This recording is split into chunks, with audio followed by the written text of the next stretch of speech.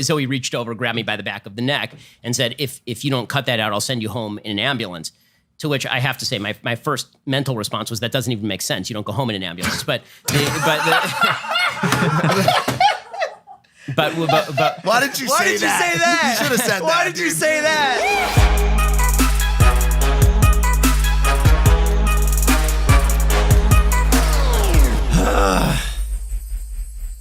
All right, man. Shake the jitters out. Shake the jitters out. Are we rolling? Are we good? I feel thick. You feel thick because you just ate 40 pounds of food. I had a giant bowl of food. You know how much food you have to eat when you're boxing and training 4 hours a day? How much? A metric ton? At least 10 pounds. Bro, I lost 7 pounds of my sleep last night. What? I lost 7 pounds of my sleep last night. How does that work? I don't know. I don't believe Water? that. Did you wet the bed? Mike and Spencer actually skipped lunch because of the weight of today's guest. True. That's enough. They don't want to burp. I don't want any more weight. And they don't want to fart. That's true. It's true. Welcome back to Impulsive, by the way, the #1 podcast in the world. Thank you guys for listening, watching, viewing, subscribing. If you're not subscribed, hit that button for me. How we feeling? We all good? Feeling great, Besides man. feeling a little bloated now. I feel good. I'm fired up, dude. Like, not fired up, but I'm excited. Yeah. I'm amped up for this guest. I think You're wearing a very appropriate shirt, by the way. I don't know. I don't want it to mislead anyone, but I want America to It's dream, a dude. little. That's incredible. Is it politically charged? Though? Are you trying to send a message? Not really. I like the idea of people being creative and dreaming, you know? Do you think Ever since you got sober, man, he's just prophetic. Mike's doing a lot of great things? Yeah. You know. Do you think we're capable of handling the weight of today's guest? Do you think, like, because I know there's going to be some comments like that. I'm gonna take my gum out for this one, sticking under the counter. There you go, champ. I think we 100% are ready for it. I think people are always gonna have things to say and try to box you in, but we've had 19 episodes under our belt now, included the likes of Alex Jones and a number of other hard to handle guests. Mm-hmm. I mean, some would call this guy the Grim Reaper of the debate world, one of the horsemen of the apocalypse. All right, listen, I just made those up. He's never been called that, okay? But that said, he carries a similar weight. Yeah, I think we bring him out right away. He's one of the most accomplished political personalities in the world today. He hosts the insanely popular self-titled live radio show, and he's the co-founder of The Daily Wire. His 10th book, The Right Side of History, How Reason and Moral Purpose Made the West Great, is out now. Ladies and gentlemen, it's Ben Shapiro. Woo! And by the way, my producer Dylan put in bold, so I think he wants me to say this. Happy to have you here. As if I'm not. I'm a Ben Shapiro fan. Bold or capitals? Bold and caps. It's at the bottom. Happy to have you here, Ben. Which we are. It's a little aggressive. Well, I think before you came on, he goes, by the way, we're Ben Shapiro fans. We're friendly and we're going to treat him like that. And like, I told you that. Like, when I first met you at your office, you remember what I said? Of course, it's embedded in my brain. What'd I say? You called me a mother effing G. He's a motherfucking G. I mean, Ben, I'm like, yeah, you're a motherfucking G, dude. Yeah, me and Ben go way back. There's probably reason for not only our side, but his side to ensure that. Have you had shows that you've gone on that have tried very hard to make it a not so happy setting for you? I mean, yeah, of course. I mean, you always have to be a little bit wary of the people who are interviewing you, or at least know enough about them that you don't get sandbagged. I mean, that's happened to me too. So how do you know that's not going to happen here? I have no idea, man. I have no idea. What are your expectations? Do you have any? No. I've seen enough of you to know not to have any expectations. That's the wisest thing I've ever heard in my life. All right, normally we do a pretty free flow style show. And with you, I wanted to kind of get a little more specific. So I want to start off right away with a question that might take up the whole episode, might not. But okay. In today's society, it's 2019, your opinion, what are the 3 most pressing obstacles that we face as Americans? Okay, well, I think the number one issue that comes to mind is the inability to have conversations. We're now living in a world where even the willingness to have conversations is seen as something bad. Well, when you live in a democratic republic where we're all supposed to vote based on the outcomes of those discussions, if you aren't even willing to sit down with somebody on the other side of the aisle and have a conversation, it makes it impossible for you to vote in an informed way. It makes it impossible for you to see your neighbor as somebody who's not a jerk. It makes it impossible for you to even have the social fabric necessary to serve as the root of a civilization.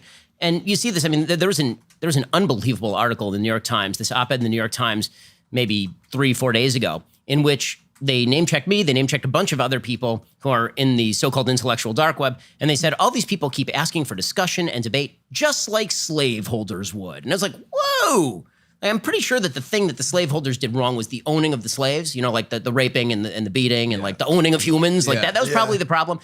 Me saying I want a discussion is actually not like that. But the goal for a lot of folks right now is shut down the conversation, make it so that people can't talk with you, and then excise people from public life and make it impossible for them to work. And look, I'm lucky. I get to talk for a living, and I make a good living doing it. But there are a lot of people out there who don't have the option of having a microphone in their face saying their opinion, and they're just trying to get through the day, and they're afraid that if they say something at work, people are going to come down on them, destroy their lives, try and have them fired.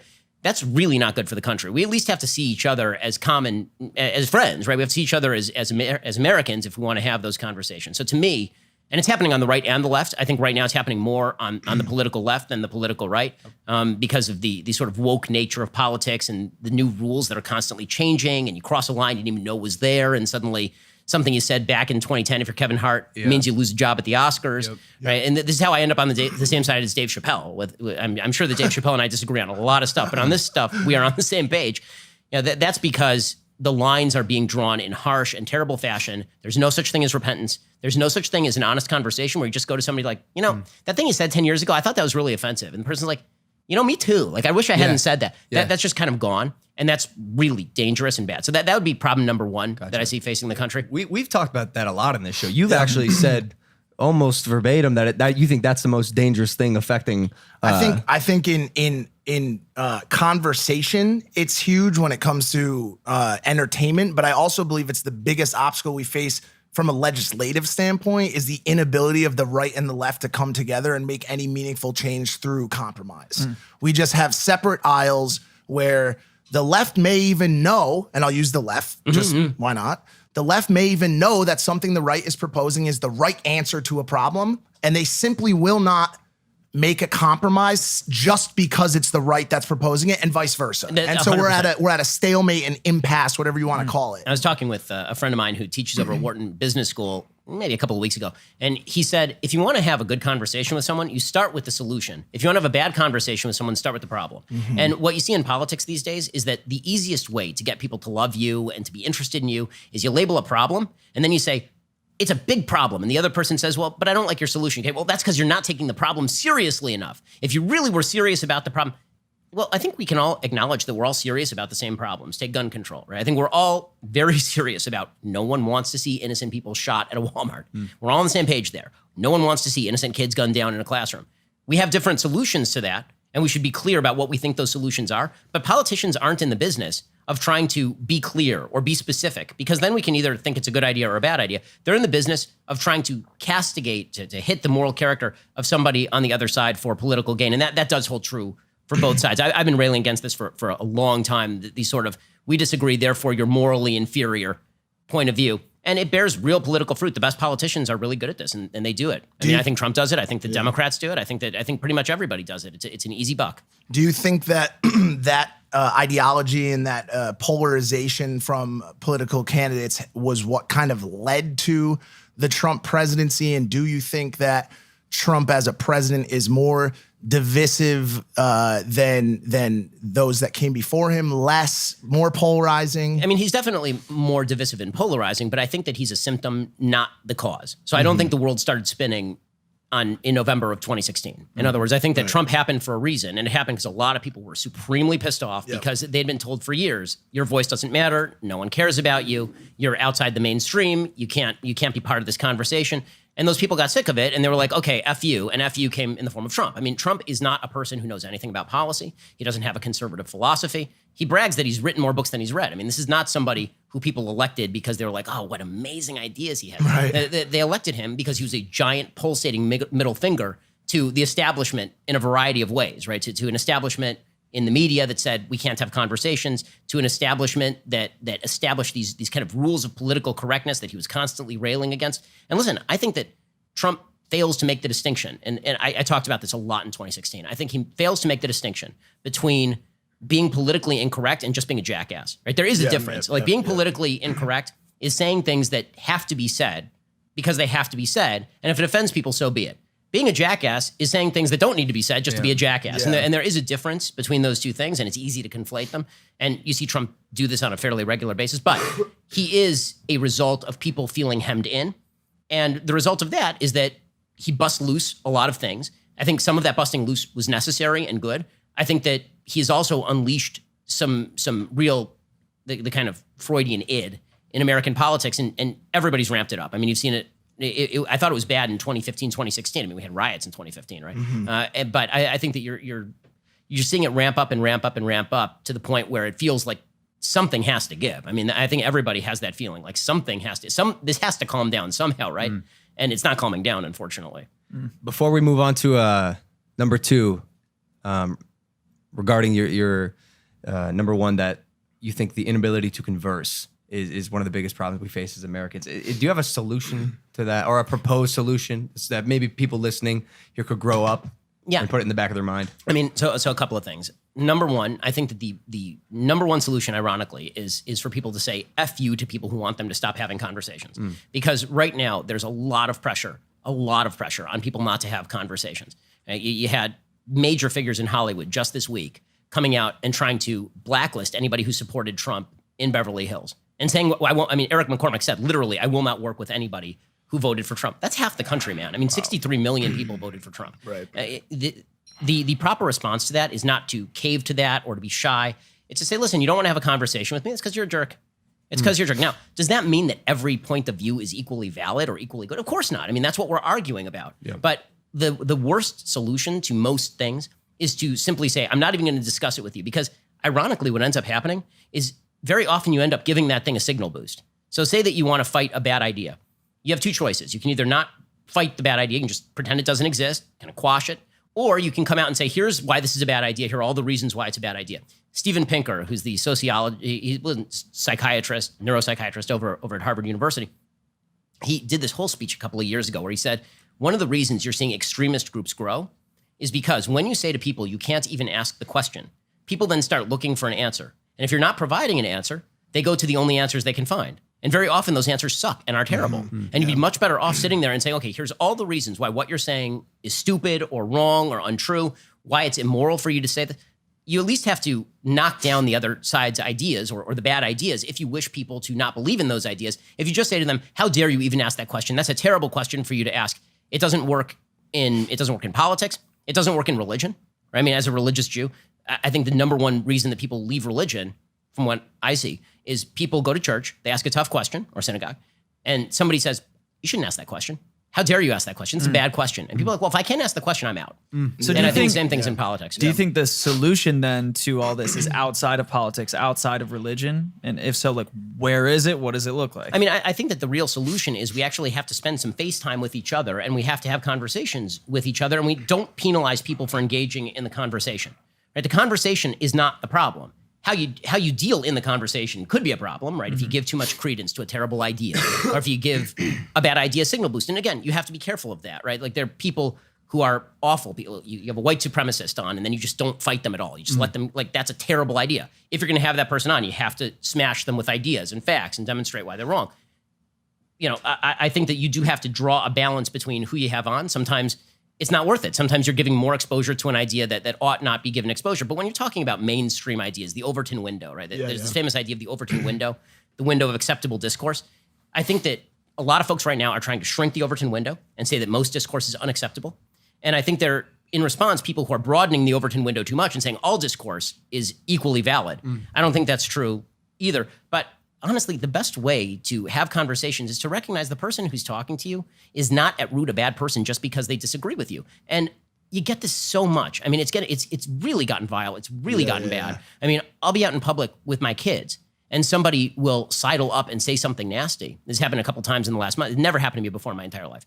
This happened a couple times in the last month. And I thought, the person wasn't even correct about my ideas. It was just that they were angry and they wanted to take out the anger. Doesn't matter, I'm holding my 5-year-old, right? They just wanted to take out the anger. And I thought, as much as I portray myself as not a human being, I am also a human being. And, we should treat each other with a certain level of respect in discourse. And I mean, I don't always succeed at that, but I really do try to do that. I mean, I'll mock people on my show or whatever, but I also have a Sunday special where I bring on people from the other side and we have these hour-long conversations. I have conversations routinely with people with whom I disagree. And, I'm sure there are people who are better at it than I, but I think that, that's the kind of behavior that we need. And I think that we need to get to know our neighbors a little bit more. I think social media has been really bad for this. Social media is made for mobs. I was going to ask that. Do you think the chosen channel of said discourse being social media is a massive problem? It's a disaster. It's a disaster. I mean, I think that it depends on the method of the distribution. So I think if you're talking about YouTube, for example, that's just a place where people are basically viewing content. It's really like in the comment section, maybe you get a little bit of conversation, but not really. That's not what it's for.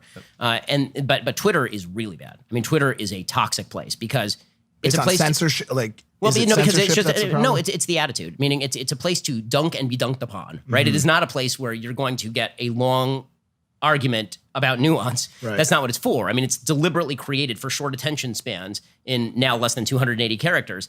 I don't have the ability to have a substantive discussion about the solutions to climate change with you in 280 characters. Yeah. Instead, it's much easier. And then tweets that get all the retweets, the incentive system is structured so that the funnier you are, which very often coincides with the nastier you are, the more likes and retweets you get. And so the people who are most successful on Twitter, myself included, are people who spend long hours dunking on people. Yep. And it's one of the reasons why, and simultaneously being dunked upon. Yeah, exactly. You get you've been dunked on too. 1,000 times. I trend once a month now. Yep. And honestly, I've disengaged in tremendous ways from Twitter. I used to be much more involved. I used to think it was more fun.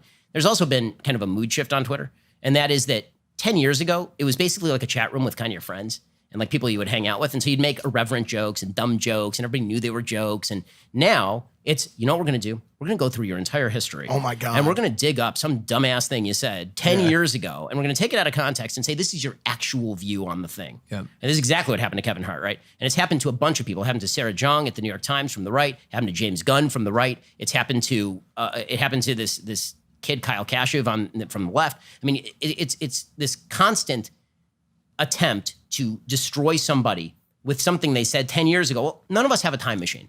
A lot of us said stuff that we wouldn't say now because guess what? Some social standards have changed in the last 10 years. Some of us have changed along with them. And sometimes what we said 10 years ago was a joke and you're now taking it out of context. What do you hope to gain? Are you actually trying to elucidate and figure out what I think? Or are you just trying to dig something up to demonstrate that I'm an idiot or that I said something bad? Or should be canceled. Or I should be canceled. Cancel culture is the worst. Listen, when Sarah, again, I think it is fair to say that one side of the political aisle has gone too far when I'm now on the same side of this issue as Sarah Silverman. Okay, that is not possible. That is not a possible thing. But Sarah Silverman is anti-cancel culture. I'm anti-cancel culture. I've defended everybody on the left who's been subjected to this. I defended Silverman. I defended Sarah Jong. I defended Gunn. I've defended like pretty much everyone. Are there examples that you defend? Weinstein, people like that have actually done something. Well, no, he committed a crime, right? I mean, you commit a crime, you go to jail. It turns out you rape people. I think that you should go to jail forever, right? I think that if you rape somebody, castration or death are my preferred solutions. But if you're talking about just you said a bad thing, it's a bad thing.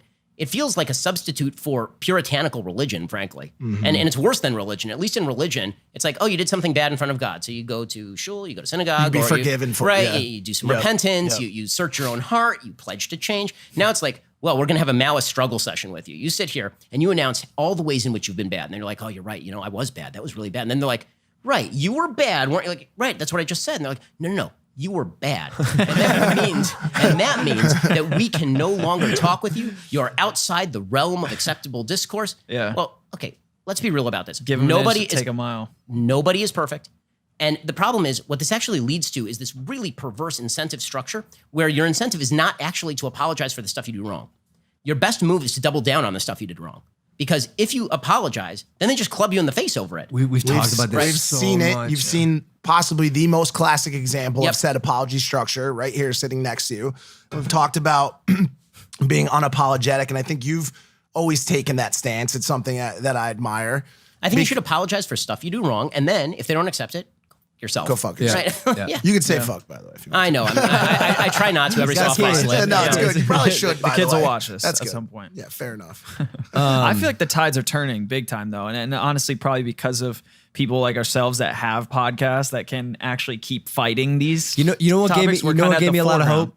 the Dave Chappelle special. I swear to God. 100%. I watch it. Yeah, absolutely. You watched it? 100%, yeah. It was to me, in a way, sort of maybe marked the beginning of what could be the end of the era of cancel culture. I think that's right. And you know what? It's funny. It's not just Chappelle. So did you see Aziz Ansari's special Yes. on Netflix? Yeah. So Yeah, he's amazing. at the very beginning, right, he does his obligatory apology for something he didn't do wrong. Right. I mean, that whole story was asinine. Yep. Basically, it was a date that got awkward and the girl got pissed and then she wrote about it and it was really obnoxious and they decided to run him through the ringer. And because we now live in this idiotic culture, he was like, okay, now I'm gonna have to go on my apology tour and all this nonsense. But most of his special is about like how annoying the woke left is, how they're constantly trying to signal at you how wonderful they are, but they're not actually doing anything that's useful or wonderful. Yep. And Chappelle, I think, because Chappelle is much more unapologetic than Aziz Ansari. Like Aziz Ansari threw them the fish, and then they're like, okay, we'll let you do all the rest of this. Chappelle was like, completely F you. He just walks out and he's like, I'm not apologizing for anything. I'm gonna say exactly what I think. And they came for him, right? I mean, the reviewers were all, he's siding with the powerful. Yeah. Really? Or is he just telling a joke you don't like? Yep. And now you're angry because he told a joke that you don't like. Well, get used to it. Man up a little bit, right? Stop being such a pansy. Like really, just toughen up and deal with the fact that some people are going to tell like people tell jokes about you. People tell jokes about me. Part of being a good person is recognizing that you're not perfect and then laughing at yourself and recognizing that half those jokes are true or more than half of those jokes are true and making fun of yourself or whatever. But the left's lack of sense of humor is creating this opening where I think the entire comedic community is beginning to realize, wait a second, I'm not allowed to tell jokes anymore. Like if I tell a joke, because jokes inherently target a truth that's uncomfortable, that's what jokes are for. But uncomfortable truths offend people. They're microaggressions. So jokes themselves are now canceled. I mean, this is why Seinfeld won't do sets on college campuses Comedy anymore. is canceled. Comedy, this is how you end up with Hannah Gadsby. Right? You end up with Hannah Gadsby because comedy got canceled. So what we're doing now is we're backfilling the definition of comedy. So you get the most unfunny human being on planet Earth doing this special, 100% on Rotten Tomatoes. Dave Chappelle, who's legitimately maybe the funniest human being on planet Earth, 33% he's at like or whatever 20%, 33%. But 100% on audience score. Right. So you see this direct, this completely incorrect. Right, because the What's audience, the word I'm looking for here? No correlation. No, absolutely no correlation between the audience right. score and the Metacritic score Right. because the critics are rating it supposedly based on the values. They're the values that they want, not based on the humor. Like, the people who tuned into Chappelle got exactly. So the Rotten Tomatoes. That was as close as it could have got. The Rotten Tomatoes, human rating score that's not the critics. That score is based on were your expectations fulfilled? Right. Right. That's why you'll see a crappy movie that gets 100% fan score on Rotten Tomatoes because people are rating it not based on whether it's good or not, but it's exactly what I expected or it's not exactly what I expected. People who tuned into Chappelle got Chappelle. The critics tuned into Chappelle and they expected Hannah Gadsby. And so they were very disappointed and upset. Yeah. The critics tuned into Hannah Gadsby and they got exactly what they expected. And the viewer tuned into Hannah Gadsby, like, what is this? Shit, There is nothing funny here, like remotely funny. And the critics were like, well, maybe it's because you don't understand our new broader definition of comedy, which involves you suffering as though you're being hit with a drill bit between the eyes. I mean, like, her special is so painfully terrible. And you're seeing this so much in sort of late night comedy too. Like Stephen Colbert used to be a funny human. I don't know what happened to Stephen Colbert. Like I can't watch Stephen Colbert anymore. He's become so terrible in so many ways to me. Jimmy Kimmel used to be a deeply funny human being until he became, as my friend Guy Benson says, the woke pope of late night. When now he's going to like go out there and rail about how his daughter had an open heart surgery and talk about healthcare. Like all of that is very moving. I'm not sure what that has to do with your job, which is to provide comedic relief to everybody's day. I mean, beyond which, I have general objections to people using their children as narrative tools. I'm not a big fan of it. My own daughter had a heart surgery from the same exact surgeon as Jimmy Kimmel, and I never used that as a talking point against Obamacare. It was absurd. Is there anyone on the liberal left as it would be defined, I guess, or you define it, that you are watching, that you actually can watch, or do you think it's all become so politicized? And also, I think another interesting thing to hear from you would be what you think of the toxicity on the right, as on the fringe right, the far right, there is toxicity. I think we can agree on that. And I'd be curious to hear if you think that it in any way compares to the toxicity on the left and which is worse. So it sort of depends on defining terms. So when you say, are there people on the left who I listen to and like? Yeah, Dave Chappelle, I'm sure votes Democrat. Right? I mean, I'm sure that Aziz Ansari votes Democrat. Right? These are all people with whom I disagree. Yep. I really enjoy their stuff because their stuff is funny. I think Jon Stewart is a funny guy. I disagree with him on everything. I think he's a funny guy. Like, I don't really have a problem separating off this is funny from how dare you say something I don't like politically. Yeah, yeah. But as far as the toxicity on the right, it depends which part of the right you're talking about. So very often when people say the right, they mean the quote unquote alt-right. Right? They're talking about the quasi-white supremacist or white supremacist adjacent groups. I don't consider those people to be conservative, because conservatism is about the idea that America is based on God-given liberties protected by government and judgment of individuals as individuals and not as members of groups. What that has to do with white supremacy is absolutely beyond me. Right? I mean, not only do I hate white supremacy and white supremacists, I was their number one target in 2016. Yep. I have 24/7 security. We spend 7 figures a year on security because of death threats from white supremacists. 4 months ago, a white supremacist was arrested by the FBI for threatening to kill me and my family. Like, I don't consider white supremacists to be on the same side of the aisle as I am, to put it very, very mildly. Yeah. So there is that. Are they toxic? Yes, they're disgusting. They're awful. They're terrible. Is there toxicity on the mainstream right? Yeah, there's toxicity on the mainstream right in the sense that if everyone sort of wants to follow the leader, and this is just a human tendency generally, right, left, or center. And right now, because Trump is such a polarizing figure, it feels like Trump is the black hole around about which the entire universe now revolves. For sure. And so for a lot of people on the right, because I play this game that I've called for years, good Trump, bad Trump, where if he does something good, I'm like, yay. And if he does something bad, I'm like, oh, what a jerk. What did you do? Like, I try to call it as I see it from a conservative Does point of that view. put you in a minority? Yeah, of course. I mean, I think anytime you try to call it as you see it, you end up in a minority because cognitive dissonance is tough. Right? It's tough for people to deal with. Yeah, Trump as a human being is kind of a schmuck. He doesn't have ideas, right? He says silly and dumb and bad things. He said things that I think are terrible and bad for the country. Also, he gave me a bunch of judges that I like. Also, he gave me a tax cut that I like. Also, I like that he's trying to reduce the size and scope of the executive branch. Right? Also, I like that he moved the embassy in Israel from Tel Aviv to Jerusalem. Like, I can like all these things and also not think that he is a good, a person of solid moral character. I can think all that at once, but people have a tough time with that. And so it's like, well, you're disloyal to him. How dare you? Right? This is terrible. How could you criticize him? That's right? I think be that's, on the Trump train or be off the Trump train, but don't be in between. Do you think we can do what we're talking about through a two-party system? Is it possible? Or is it just there's too much back and forth that's not productive? The answer is yes, but we have to reduce the value of politics in our lives. So I think that most of the stuff that we do in our daily lives has very little to do with politics. Right? The fact is, look, when I'm out in public, a lot of folks will come up and say hello, but I'm sure you get way more folks than I do coming out to say hello because you're not in the political business.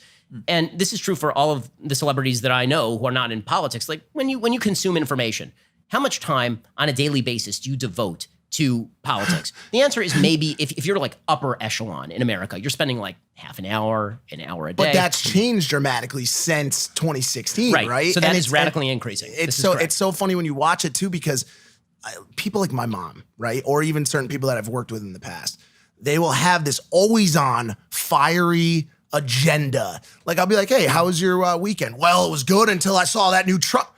That never fucking existed until 2016. And Thanksgiving now, sucks nowadays. Every time. And you go and you're like, and I finally, personally, because I was on that same tip for a while too. I was watching everything he tweeted, every little thing. And eventually I got to a point where I said to myself, why the fuck am I watching all of this stuff? Yeah. I don't, as much as it all is very concerning and all the different topics are, the majority of the attention you pay to it is because you are against the other side and you're trying to win in some way. It's like an ego thing. I think this is right. I think that what has happened, is a deeper after effect of a collapse of what I called the social fabric earlier. That's a term that was coined by a sociologist at Harvard named Robert Putnam. He has a great book called Bowling Alone. And in this book, he talks about the fact that in the 50s and the 60s, pretty much everybody in America was a member of a bowling club. Like if you see in LA, bowling alleys all over the place, like what the heck? Who bowls, right? That's something you did when you dated and you were 17. But is there a huge crowd of people bowling? And the answer is that in the 50s and 60s, this was the growth industry in America. Something like 70 or 80% of Americans bowled with other Americans. Wow. And now, when was the last time that you spent time, not with the people you work with, but time with just a group of people that you enjoy on a regular basis?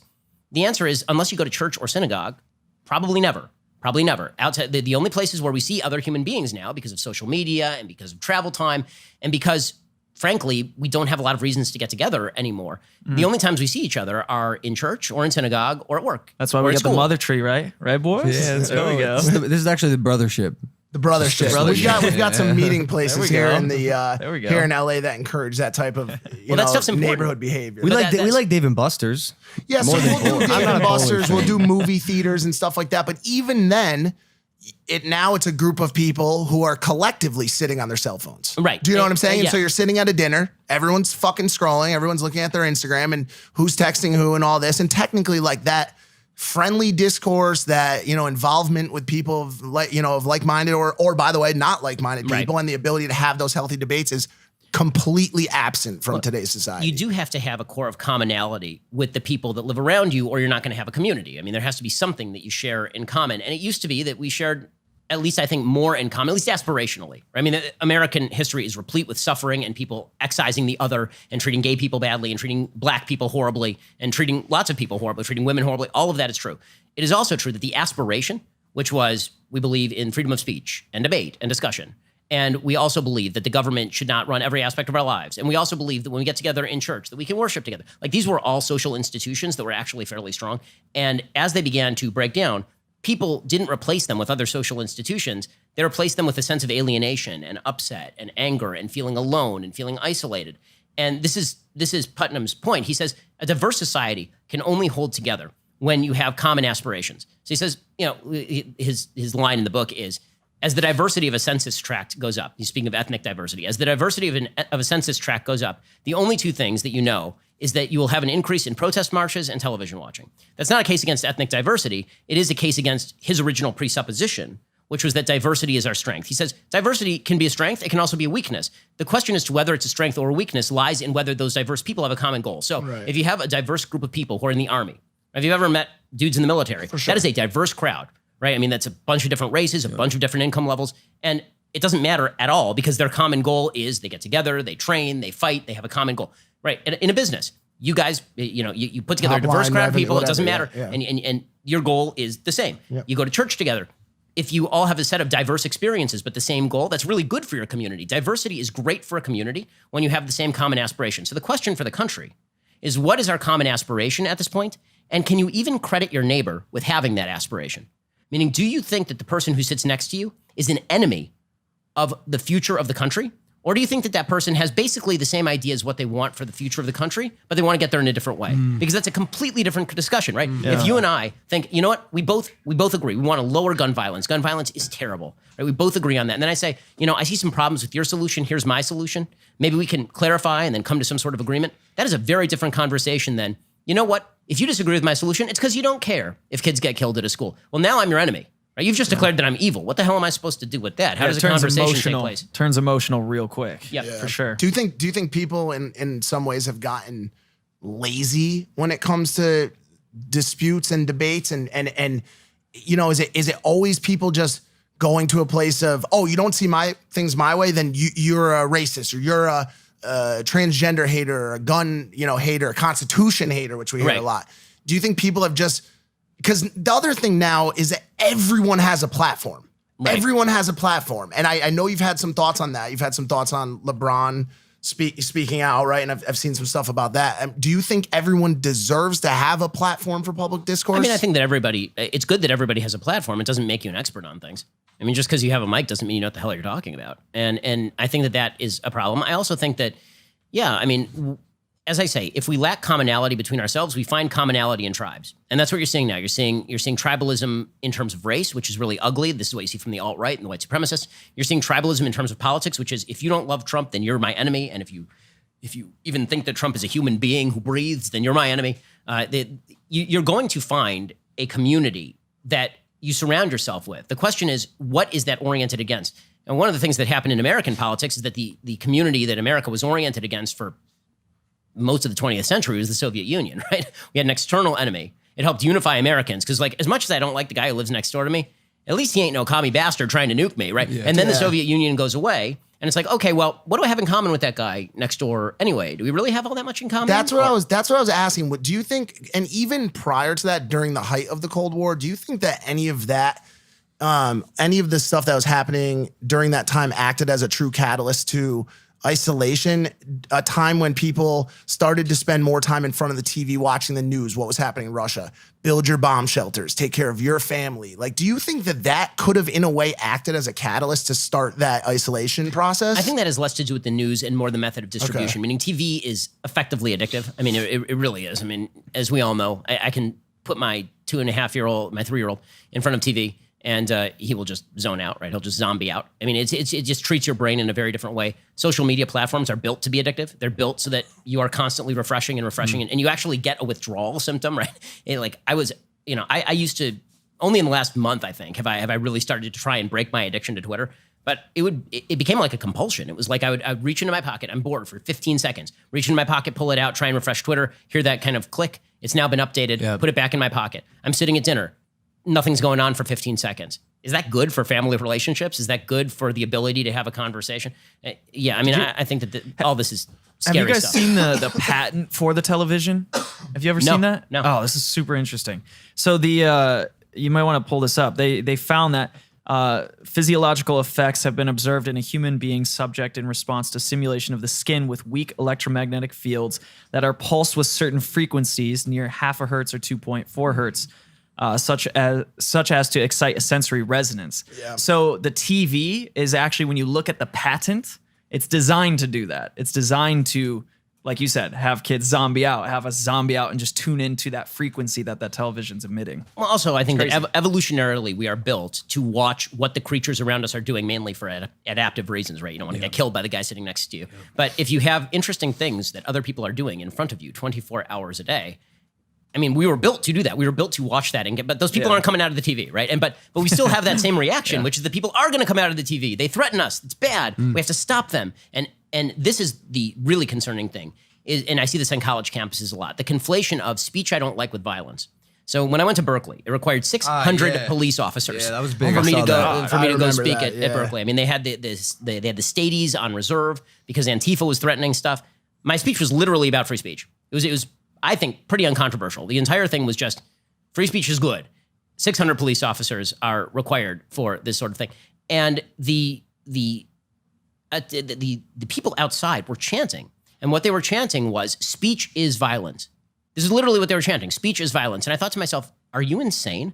Are you insane? Of course speech is not violence. This is a fundamental distinction. Me talking to you and saying something you don't like is not an excuse for you to punch me in the face. And if you think speech is violence, well, then the only thing that you can do rationally is to react to my violence with your violence, in which case I'm going to react with violence to you. How are you supposed to have a conversation when if I say something to you, and I'm not talking about like fighting words, in the Supreme Court doctrine, I'm not talking about I walk up to a black guy and call him the N-word and he punches me. I'm talking about I say something like single motherhood is a significant predictor of intergenerational poverty. Of course, 100% true, right? Backed by every sociological study ever done. And somebody's like, well, that's offensive, that's violence, and now I'm going to try to shut down your speech. If you're that weak-minded, then frankly, you don't believe in the First Amendment. You don't believe in basic American principles. If you can't take an argument you don't like and just deal with it, at least to the extent of not trying to shut it down, you are the fascist. Do you think that you poke the beehive sometimes? I saw you last night calling a transgender woman sir in a debate. That's the NHLN debate. Yeah. And the reason I bring it up is because it almost led to violence. Right. And it was speech, and it was. I mean, it did lead to a physical assault. I mean, so he reached over, grabbed me by the back of the neck, and said, "If you don't cut that out, I'll send you home in an ambulance." To which I have to say, my first mental response was, that doesn't even make sense. You don't go home in an ambulance. But why did you say that? You should have said that. Why did you say that? I'm sure your whole demeanor changed. Right? It was so shocking, honestly. Like to be physically accosted on national TV was kind of a shocking thing. What I did say is that doesn't seem particularly appropriate for political debate. Mildly inappropriate for political debate, right? Yeah. I mean, so so here is my perspective on the transgender use of transgender pronouns. So obviously, I'm not going to do the I have transgender friends thing because it's stupid. I will say that if I am in a room with a transgender person, we're at dinner together, I call them by whatever pronouns they want to be called. Why? Because I would do that for pretty much anybody. We're having a polite conversation. If the topic of the debate is the use of the pronouns, I'm not going to call you by your preferred pronoun because that's me losing the debate before the debate even starts. So if the entire topic of the debate is, should I be forced to say he about a biological woman?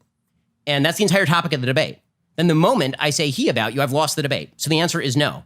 So, I mean, the Zoe Tur thing, what happened there, I mean, to be honest with you, it was not, it sounds ridiculous, but it was not even a conscious thing.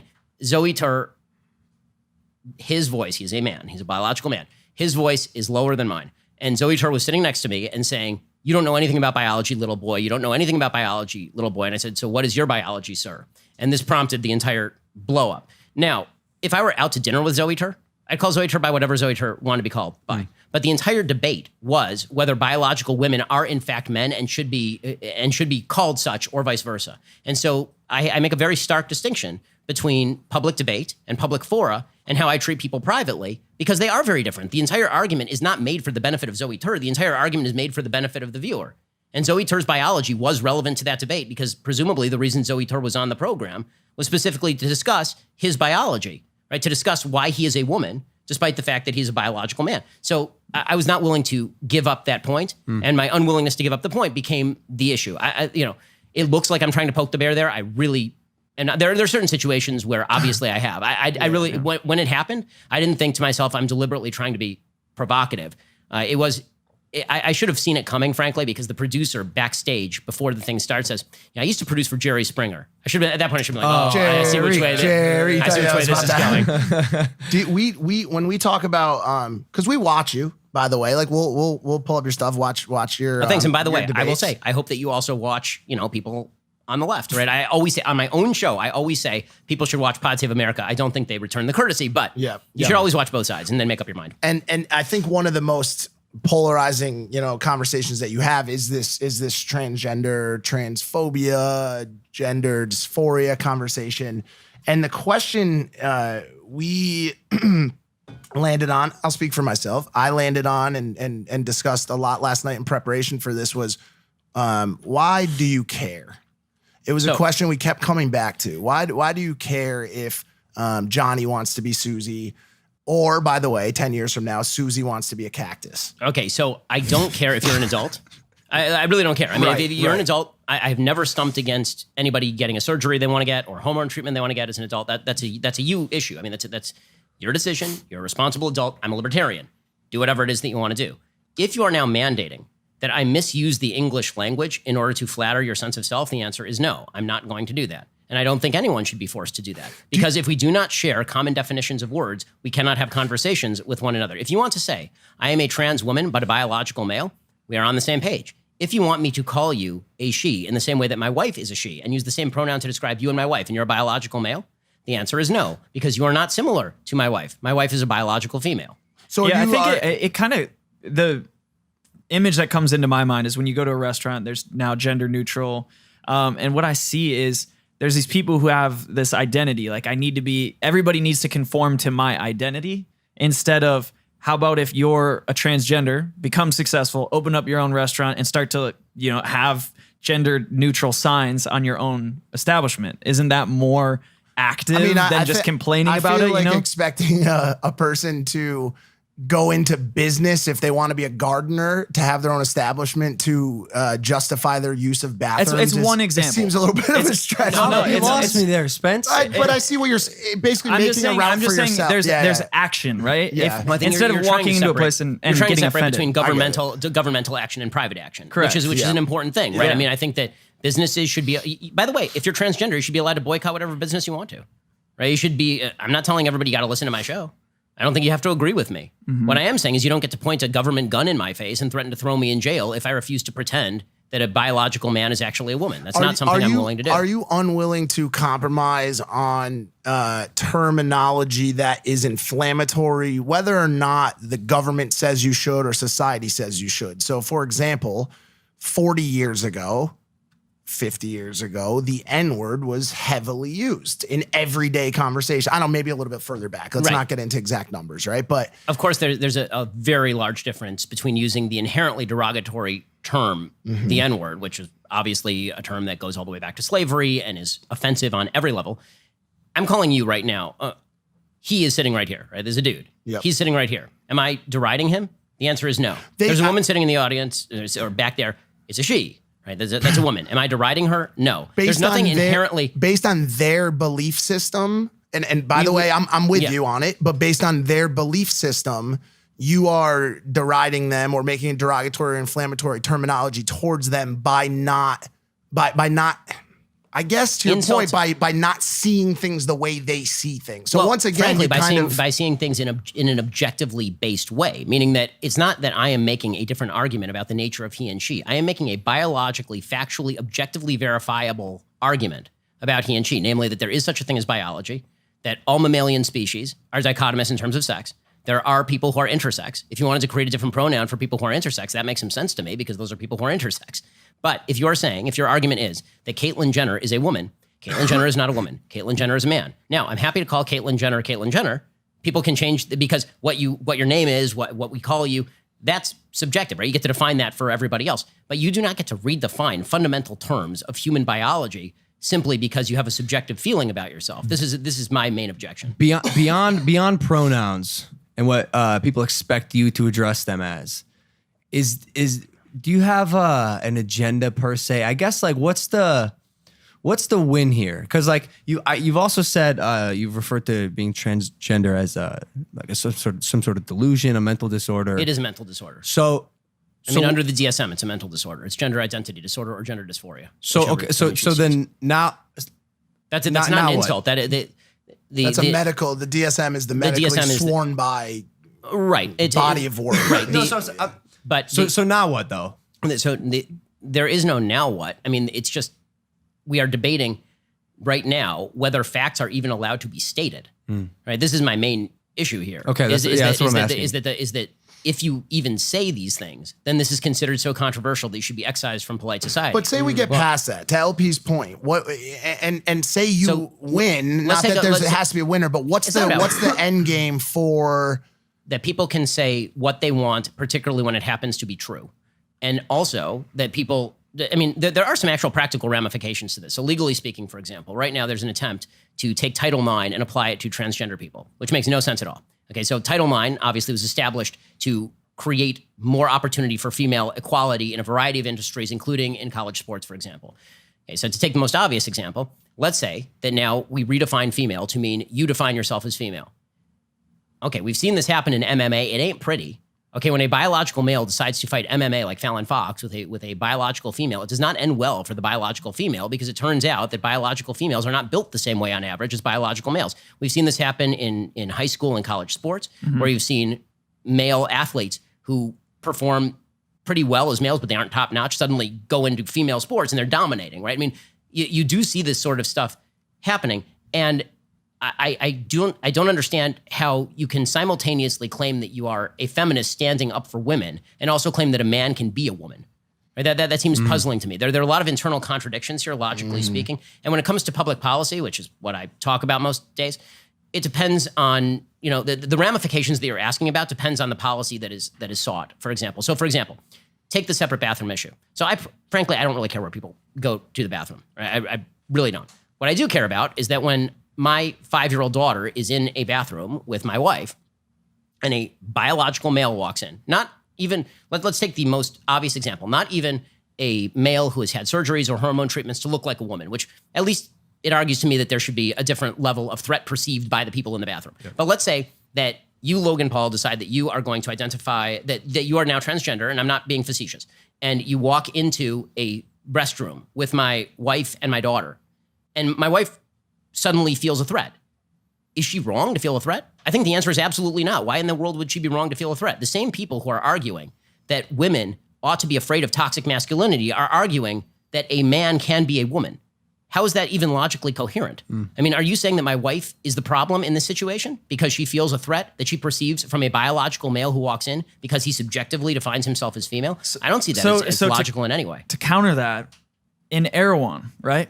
The mecca of all change. Do you know Erewhon, Ben? Do you know I do what it is? It's super high-end grocery store. It's a very interesting I call it a grocer, not even a grocery store. Yeah. So to counter that point, when you walk into the bathrooms at Erewhon, I don't know if you guys have ever been in there. It's gender neutral, right? So the sinks are all shared, but the actual toilets all have doors on them where it's locked. So in a traditional sense of let's segregate the bathrooms, so there's 2 separate entire rooms. If we have one room, but the toilets are all locked off, you feel pretty safe. Yeah, that's a different scenario. So that's what I'm getting at, though. I think when we if you have a single stall bathroom, I don't see why it would have to be gender segregated. Or even just a single. But that's where the conversation can come into play, because I've said this, but I can't poop in front of girls. Bro. Not even in front. No, it's a vicinity thing. Well, it's a have door you lock ever? Yeah, but situation. you've never even tried pooping in front of a maybe girl. You don't even know what that's like. It's true. You have no idea. It's true. I mean, maybe it helps you poop. It could. Who knows? But see, my only point is, I think when we like, lock it away, and I'm with you. I feel you, but I think when we lock it away and say, there's no like improvements we can make to that system, that's where it can kind of become very segregating. No, I mean, frankly, if you want to come up with solutions that make sense, all for it. You want to create. Yeah, I mean, for sure. For sure. I think if you want to create bathrooms where frankly, I prefer this, right? I mean, bathrooms where the doors are floor to ceiling. Great. I mean, more privacy in bathrooms. That's what they are. The doors are floor to ceiling. Oh, really? Yeah. So you're in a locked off room. Nobody can smell your poo. It's a beautiful place. All right. It's a that's great. like it's a a great dream. location. That's like a dream world for you. I'm with you. Yeah, that's like. No, bro. Do you ever? Are you more worried? This is a thing I come to a lot. I am completely at peace with the majority of new age identification systems, with gay marriage, with like I'm at peace with it. I love it. I support it. I'm a huge fan.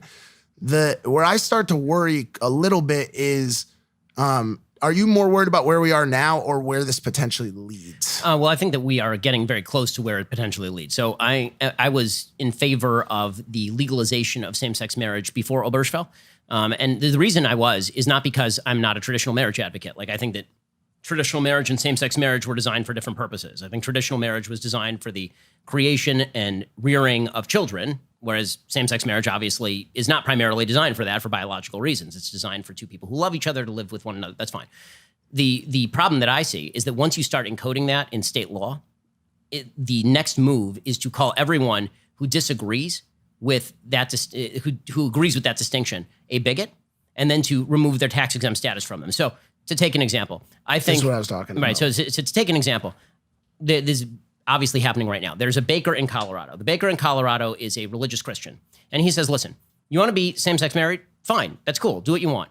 I am not going to participate personally in a same-sex marriage. So I will bake you a cake. You're a gay man, you walk in, you want a cake, I'll bake you a cake. Fine, no problem. You want me to celebrate your same-sex marriage. My religious principles prevent me from doing that because I think this is a sin. Now, there are folks who would this is an actual case. They tried to sue him. He was fined hundreds of thousands of dollars. They tried to destroy his business. Why? Because the idea is that he's now discriminating, because what we have to do is force him to participate in something that he believes violates his religious precepts. Now, as somebody who's libertarian, I find this very scary. I think that people should basically be allowed to do whatever they want. I don't owe you a duty to bake you a cake. You don't like my way of baking a cake, go find some other baker. There are plenty of bakers. Many of them are gay. Like, it's not hard to find people who will bake you a wedding cake, right? This is very silly. But there is this prevailing sentiment in American life now that if I do something that you don't like, if you don't approve of my viewpoint or my action on that you have no right from me. But if you don't like how I'm pursuing my business, now you have the right to point the government gun at me. My basic rule of thumb when it comes to government is, if I don't owe you anything, right? If you don't have a claim on me, and yet you are pointing a government gun at me, you are the bad guy in the scenario. If I don't have a claim on your money, but I point a gun at you and I say, give me your money, I'm the bad guy in that scenario. If I say to you that you owe me, you have to make me dinner, and you don't want to make me dinner, and so I get the government to point a gun at you and make me dinner, I think that you're the bad guy in this scenario. So I don't have to agree with how the person operates their business. But the minute that I start saying my failure to agree with how you operate your business is an excuse for me to put a government gun in your face and then force you to do something, then I think that we're in very, very dangerous territory. Do you see any echoes of the past here, or do you once again say that there are vast differences between a same-sex marriage situation and a situation that we dealt with during the segregated 40s, 50s? I mean, I think there are pretty significant differences between, again, the very nature of same-sex marriage and traditional marriage. So I see, pretty significant differentials in that. Whereas a marriage between two white people and a white and a black person, I don't see any difference at all, because skin color is irrelevant to the operation of the marriage. Obviously, not quite the same thing when you're talking about the biology of the people who are involved, and particularly the reproductive parts, right? I mean, that's really what we're talking about. But when you are talking about, do I think that businesses should be allowed to be bad, right? To do bad things that I don't like? The answer is I do think they should be allowed to do bad things that I don't like, so long as they are not forcing me to do anything. So I'm actually more libertarian than a lot of libertarians are on these issues. Like, I think that the best solution to a discriminatory, let's take the worst case scenario, right? You got a business and they say, I'm not serving black folks today. Or ever. I'm a racist. I'm not serving black folks today. That's their case. My argument is that it is not the government's business to force that person to serve black folks. That person should be boycotted. We should never go to his store. We should wreck his business by opening up a store across the street that services black folks. That you don't actually want a government big enough to do the things that you like, because it may turn out that the people who control that government are doing things that you don't like. But right? are you cool with the cancel culture or the woke Twitter left coming together to boycott a business based on their non-desire to serve transgenders or gay couples? They have 100% right to do that. Okay. They have 100% right to do that. I may disagree with the boycott. Right, I may think the boycott is based on my political beliefs, right? Sure. But they have every right to do that, and in fact, I think that that's a good part of American discourse. So you would applaud. You would applaud. I think, and so like take a race example, because again, I think these are the best examples because they're the most obvious morally. So in 1960, the Woolworths was a segregated outlet, a segregated restaurant, and a bunch of black students, including James Meredith, went into the Woolworths and they sat at the counter and they were viciously treated, and people poured drinks on them. They treated them like garbage. It became a national media story, and Woolworths voluntarily desegregated. I think that's great. I think that's the way that things should work. So if you wanted to go to that bakery that didn't participate in the same-sex wedding, you say, listen, I'm not going to go to that bakery. My friends who love same-sex marriage aren't going to go to that bakery. No gay person I know is going to go to that bakery. Totally your prerogative. But to point the government gun at that guy and say, you must service the same-sex wedding, that I got a problem with, because then you get into this really weird situation where, let's say that I walk into a gay bakery and I say, you know what I would love? I would love for you to make a cake that has Leviticus 18:22 on it, right? That is the verse in Leviticus that talks about the so-called abomination of homosexuality, right? I walk into a gay baker and I say, I want that on a cake right now. You put it on a cake right now or I'm going to sue you. Do you really want that lawsuit to win? I don't want that lawsuit to win. Right. I don't think that guy has any obligation to bake me a cake. Yep. And I don't think I have any obligation to bake anybody else a cake. Right? I think that but again, this goes back to, if you think that the people in your community are bad people, then you want the government to force them to do all the things that you want them to do. If you think that they're basically good people and you have disagreements about this sort of stuff, then you can live with the fact that there's a baker who lives down the street who may think that you're involved in sin. Like, right. Frankly, I've always been puzzled. There is this wide gap between people who understand the religious conception of sin and people who are irreligious, trying to see what religious people think like about sin. People who aren't religious, people who are secular, when they think of religious people thinking about sin, they think, oh, those religious people are so judgmental. They're sitting around all day, just sitting around going, oh, you're a bad person because you sinned. I do not know a religious person who does not believe that they themselves sin, who does not believe there are a wide variety of sins, who does not believe that it is imperative for them to try and avoid sin, but that you fall short. Right? Everyone falls short of the grace of God, right? This is, so I can think something is a sin. I can also think that somebody has a right to commit that sin, right? I'm not anti same-sex marriage from a governmental perspective. I don't think you should force my synagogue to perform one, but I don't think that the government should stop gay people from getting married in any way or something like that. So it sounds like number Leave each other alone, right? It sounds like number 2 on your list would be, it almost boils down to big government. So we had cancel culture and this SJW wave. We've got big government, and then what does number 3 feel like to you? I think that number 3 is lack of ability to look into the future at all, to think about consequences of any of the things that we do. So we tend to do the thing that is convenient to us. This is true, obviously, when it comes to government policy. On the left, I think people see it when it comes to climate change more, but on the right, when it comes to government spending, there's no capacity to see 5 minutes beyond our own nose. Right? We just don't think about what's going to happen 10 years in the future. And we tend to think that whatever we believe is the most right thing that has ever been in history, and you can just willy-nilly make changes to the system that pre-exists, and everything will be fine. This is scary to me. Like, not understanding how history has progressed to where we are. There's this belief that we can just shape the system, change it in dramatic ways, and everything will be good from there on in. And that demonstrates a true lack of respect for the people who came before you. Because the fact is, you know, we live in this pathetically self-aggrandizing and arrogant world where people sit around, they're like, Thomas Jefferson, really bad guy because he held slaves, right? And you're like, yeah, slavery was really bad. And like, he was probably raping Sally Hemings. I mean, just really bad stuff. And you're like, well, I'm smarter than Thomas Jefferson. So all that stuff in the Declaration of Independence, I mean, I'm smarter than he was. The answer is you were not smarter than Thomas Jefferson. You're not a product of Thomas Jefferson's time. You didn't live in 1770. You live in 2019. And if you think that you would have thought like you think in 2019 and 1770, you're full of crap. Do you think that thought pattern, that ideology sets us up to kind of be stuck in this impasse that I talk about, where people are unwilling to create change or create waves in order to prepare for something like Spencer believes is a massive problem, which is climate change? And I've heard some of your thoughts on climate change. I'd like to hear more of them today. But do you think, not believing that certain people can use examples from the past and make better decisions forward facing without that data that guarantees it moving forward?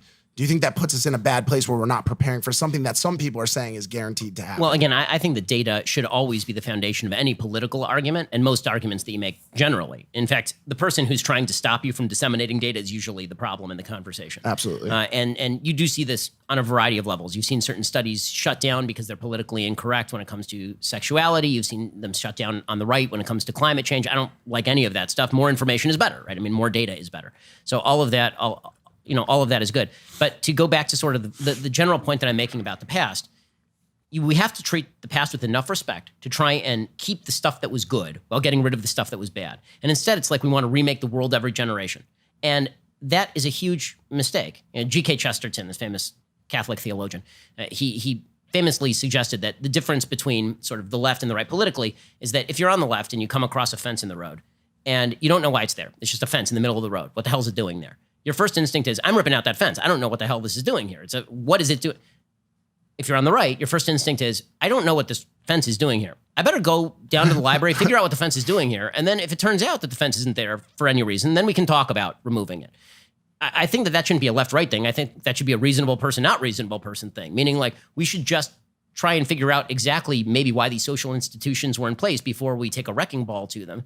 But at the same time, you do have to have an eye to the future, and you have to try and discern why we did stuff in the past a certain way, and maybe we did it for the wrong reasons. Yeah, and now that's what I was going to ask. Do you think at times both the right and left, but let's use the right for this example, finds out that fence was actually mistakenly built in the middle of a main thoroughway, and they say we're still not ripping it out? Do you know what I'm saying? Sure. We just because, out of spite, and we talked about this earlier, out of spite for the left, we're going to keep that fence there. Yeah, I guess it happens on both sides. No, right? I think it does happen on both sides. I think that because the right inherently tends to look to the past more as a model, and the left tends to look at the past more as a model of what not to do, then there's just different levels of reluctance to get rid of the fence generally. Because very often on the right, what they will say is, okay, well, yeah, so I still don't know why the fence is there, but I know that the fence has prevented X, Y, and Z from happening. And if I remove the fence, I'm kind of afraid of what's going to happen. Meaning we know the past, we don't quite know the future.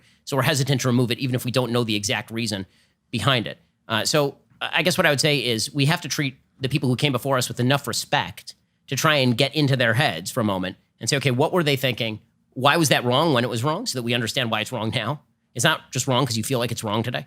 And then when it comes to, thinking of the future, then we have to do actual data-based thinking about what's going to happen down the road. And my problem with a lot of the climate change debate is that I don't think that on either side there's an honest discussion going on. So on the right, I think that there are a lot of people I see who are like, well, I just don't think climate change is happening. I think that it's all BS. I think it's a giant Chinese hoax, as the president suggested. I don't think that's true. I've talked to climate scientists from Caltech, and they know this stuff better than I do. And their suggestion is that the climate is going to warm somewhere between 2 degrees Celsius and 6 degrees Celsius by the end of the century. Now the question becomes, what sort of damage does that do? And you actually can, and so here's where the left goes off the rails. So what the left does is they go, that means every major city in the United States will be underwater undoubtedly. Also, the polar ice caps are going to melt, uncovering mammoths that have within them the dark plague, and that will wipe out all of humanity. It's like, well, we have to do some sort, like the kind of disaster talk, like if we don't get this done in 10 years, we're all going to die. No, we're not. We're not. And maybe the damage is worse than it would have been if we had not done it within 10 years, but we are not all going to die. This is a bunch of nonsense. Okay, some people will be badly affected by climate change. Other people's, actually, in the middle of the United States, weirdly enough, will be affected rather well by climate change because it turns out it's good for some growth of crops. Yeah. It will also. Andrew said So that. Ohio's just going to be kind of just sunbathing. Yeah, exactly. It'll be Yeah. listen, there's a 13, these sound like big numbers, and they are big numbers, but the fact is that there's a 13 degrees Celsius average temperature between Arizona and Minnesota. Right? I mean, like there are pretty wide climate variations that human beings can withstand. Also, we're talking about the course of the next century, meaning that when the left talks about this stuff like tomorrow, it's going to be like the day after tomorrow. There's gonna be a big wave. It's gonna hit New York. Dennis Quaid and Jake Gyllenhaal are gonna be sliding through the ice, man. It's gonna be like, it's like, no, that's not what's going to happen. Over the next 100 years, there will be a gradual rise in sea levels. This will cause human beings to either build seawalls or try to develop technologies to suck carbon out of the air, which they are already trying to do, or they will get into geoengineering, firing sulfur into the air to create cloud cover and to lower the temperature, or they will start migrating away from these areas because why would you possibly stay in a place where you wouldn't buy an island, like a small island outside of Belize right now that is 1 foot above sea level. Like that'd be a stupid move for you, right? And that's true over time. People adapt, people mitigate, people adjust. Now, William Nordhaus, who's the Nobel Prize winning economist, he won the Nobel Prize last year. He has a really great book on this called Climate Casino. He tries to analyze the level of economic risk that takes place over the course of the next century based on various kind of climate scenarios. And what he basically suggests is we're doing 2 degrees Celsius. It's going to happen. Nothing they're talking about can prevent it. He calls for a global carbon tax. Now, the problem with that as a political matter is that if you think China is signing on to a global carbon tax, you're out of your damn mind. Okay, China ain't doing it. China is in a geopolitical confrontation with the United States right now. If you think they're willy-nilly going to lower their own economic growth rates in order to fight climate change, rather than just piggybacking off of the United States and EU, devastating their own economies to fight climate change, you're wrong. It's not going to happen. Okay, so whenever people talk, like I watched this 7-hour CNN climate change town hall last night, and you get Democrats saying things like, I'm going to ban fracking. Okay, well, let me explain. Natural gas is the sole reason that carbon emissions in the United States have dropped for the past 4 years and stabilized. Okay, it's the replacement of coal with natural gas. Fracking uncovers natural gas. Why are you trying to ban fracking? Yeah, but what's been like the ancillary side effect of fracking? We've seen it. I watched a documentary called Gasland that I talked about on HBO a few years back, where the people in Pennsylvania are able to light their water on fire as it comes out of their faucet. There are some significant questions about that documentary, but but beyond that, the question of carbon emissions, which is what we're talking about here. Sure, you should take into account the other effects. But when you say you're going to ban fracking in a time when the 2 best solutions to carbon emissions are nuclear power and fracking, and you're going to ban nuclear factories and fracking. So what's your windmills? Okay, it's not going to do it. I'm sorry. Solar voltaic energy is not going to do it. The cost per unit on solar voltaic energy is something like 15 times the cost of natural gas. Yeah, I think the argument, though, is that if we did have more strict regulations, the market could shift quicker. Right. And like you have Tesla talking about how he could power the whole world with his gigafactories. And there are ways to Elon get Musk there quicker. says a lot of stuff, but which I wouldn't doubt him. I mean, for what he's able to do, I think when you some of what Elon Musk says, but when it comes to this is the case for the carbon tax. The case for the carbon tax is that you're going to artificially boost the price of energy such that a lot of formerly non-competitive energy sources become economically competitive, right? That it still is really expensive to produce wind or solar, but now in comparison with gas, which you've artificially made expensive, then it's going to look cheaper than it was. Well, what if it, theoretically, what if it scared people away a little bit from investing more and more and more energy into getting oil and, burning fossil fuels, and it put much more of an opportunity cost on, building solar, building alternative ways of energy, where without that pressure, we're not going to switch anytime soon. It's going to take a lot more time. So again, I think that the question is going to be, what is the worldwide efficacy of that versus faith in human technological ability? So right now, the United States is providing, something around the order of 15% of global emissions. China is outstripping us by a factor of more than 2 in terms of their yearly global emissions. Yeah. So let's say that because unfortunately, environmental issues don't exist in a vacuum. Let's say that we cripple our economy or really hurt our economy, because if you do put on a carbon tax, it will hurt our economy. It will be passed on to consumers. The people who will pay that price are typically not at the upper end of the income spectrum. They're people who are middle class or lower class who are now paying more for the electricity, because the vast majority of carbon emissions in the United States are not driven by cars. They are driven by industry and by electricity. That represents about 60%. 50% represents about 50% of all carbon emissions in the United States come from heavy industry and from electricity, which we all need, and the cost gets passed on to us. So assume there will be economic damage. Like let's be realistic about the assessments. When you hear people say we're going to invest trillions of dollars, it's going to create tens of millions of new jobs, bullcrap. Okay, if the government could create billions of new jobs and millions of new jobs just by throwing money at it, everything would be hunky-dory, everything would be, that was called communism. They tried it, it failed. Okay, like you can't. Of course, you're talking about your favorite person of all time, AOC, right? And her Green New Deal. Well, her Green New Deal is insanity. I mean, they actually assessed the cost of what she was talking about, and she was talking about a jobs guarantee for everybody, and she was talking about getting rid of jets, and she was talking about killing all the cows, and it was assessed by the Competitive Energy Institute at $93 trillion over 10 years. Okay, the entire GDP of the United States is not $93 trillion over 10 years. So that's just patently insane. But so are you saying it's kind of jumping the gun then? It's I'm assuming that, technology is not at that point yet. Well, what I'm saying is that you have to actually factor in the downside risk to what we are talking about, especially because if you want, let's say we want China and Brazil and India, which are increasing their carbon emissions right now, to lower their carbon emissions. You have two choices. One, you can create a global carbon tax that damages their economy, damages our economy, but artificially raises the price of gas and oil so that people are going to invest in the kind of technologies you're talking about. The question is are China and Brazil going to go along with that? The answer is very largely no. Then the other possibility is you actually allow them to economically grow. It turns out that people, as they get richer, care more about the environment. When you're poor and you're worried about feeding your kids and you're burning dung in the right, you don't care about climate change. You're like, okay, my kid's dying of dysentery here, man. Like, I don't care. I don't care at all. So, partially, but I just went to the Amazon, and a third option is not purchasing products that are condoning the destruction of those forests. Right. So because those people are getting very wealthy and they give less fucks about the environment as time goes on. So Brazil has actually, this is about, so if we're going to talk about the Amazon fires this year are about the same level as they were in 2004. They're not wildly out of tune over the past 10 years. It's been a little exaggerated in terms of the threat to actual rainforest. But with that said, I guess that there are three ways. The way the North has, we got an angry dog a bit of a situation. problem here. Well, we have a lion in the house, and she gets angry. She's not a fan of Bolsonaro at all, dude. Huge anti. Yeah. She was campaigning to go to the Amazon, but we had to remind her she's a Tibetan Mastiff. So I think that when it comes to climate, so the way Nordhaus puts it, and again, I like him because he's an economist trying to analyze what's realistic. He says there are three ways to deal with climate change. There's adaptation, there's mitigation, and then there is sort of technological solutions. Mitigation would be carbon taxes, right? Trying to prevent the expulsion of carbon into the air. Adaptation is you build seawalls, you move, right? We adapt. Yeah. And then there is technological change, which is basically what has saved humanity time and time again. It's why there are 8 billion people on the planet and we're all living better than ever. And over the course of the next century, he is pointing out that the world will get richer. Like things are not going to freeze in place. The world will get richer. There will be more people who are capable of moving. The real threats to the planet in terms of climate change are not actually to human beings. They're more to just like the actual environment. They're more to the acidification of the oceans and the killing of the coral reefs, right? What about animals?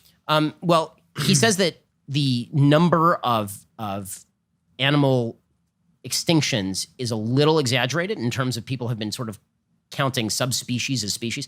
But yeah, I mean, if you care about that, of course, that's going to have an impact.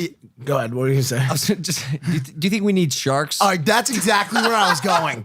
So by the way, at some point here, and I know Dylan's pushing us towards it, I would love to spend a little bit of time like humanizing Ben Shapiro and like talk I'm about not sure some that's possible, but it's possible. We could do. We have some great questions stuff, here. and I want to maybe kick that off by asking you if you could save 5 animals. That's it, by the way. That's it. What would the 5 animals be? So I am not an animal person. So I didn't grow up with dogs. So so my wife is totally trying to get me into getting a dog right now. And I'm open to it. I mean, for security reasons and also because my kids would love it. So dogs. I like horses. Horses are super useful. Big fan of horses. Yeah, you can ride them places. Yeah, exactly. They used to power the entire world. They ride sharks too. Yeah. Right. I mean, I like the ones that I eat. Right. I mean, I like chickens. I like cows.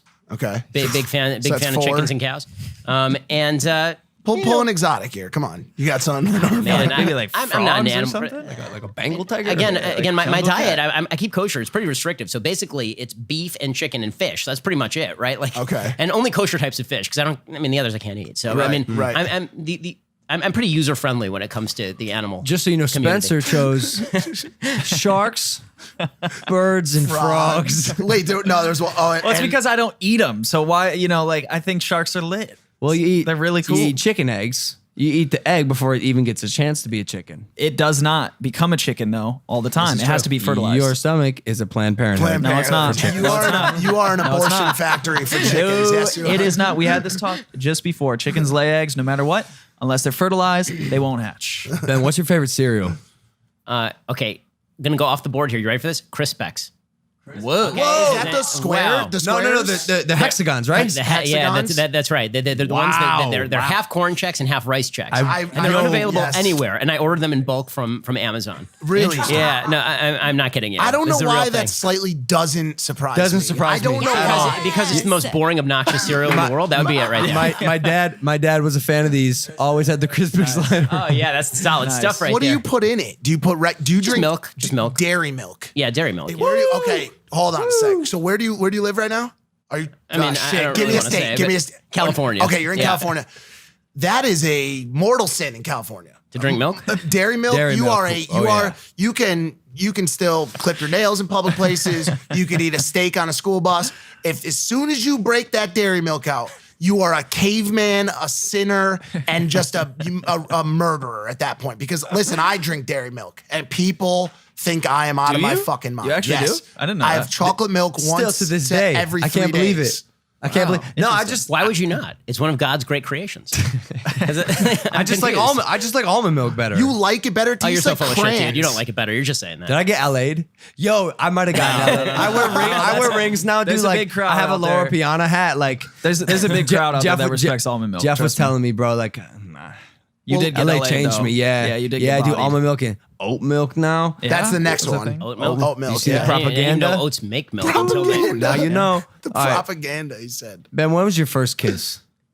Oh, I believe it was with my wife. Whoa! Holy shit. Yeah, I was a virgin until marriage. And I was married at 24. My wife was 20. And she was my first serious girlfriend. Wow. So unless I missed something, No, it was that. But it's, I feel like I'm I would have happy remembered it. for But you. yes, I am. Yeah, I mean, listen, we dated for 3.5 months. We married for 11 years. We got 2 kids. You only I mean, dated for 3.5 months? Yeah, How man. did you know? How did you know that she was the one? Well, number one, she's incredibly hot. Number two, There you and go. I mean, come on. But beyond that, the fundamental thing that is different about dating when you're Orthodox is obviously you're dating for marriage. So for me, it was you're looking for shared values. I mean, we were talking about kids, like how you would raise kids on the first date, and you do that on normal first dates in the Orthodox I community. do that more so as a strategy to give them hope. You know what I'm saying? I mean, hey, sick. well, yes, but You're also twisted. yes, but also like, don't we all love to fantasize about what could be, huh?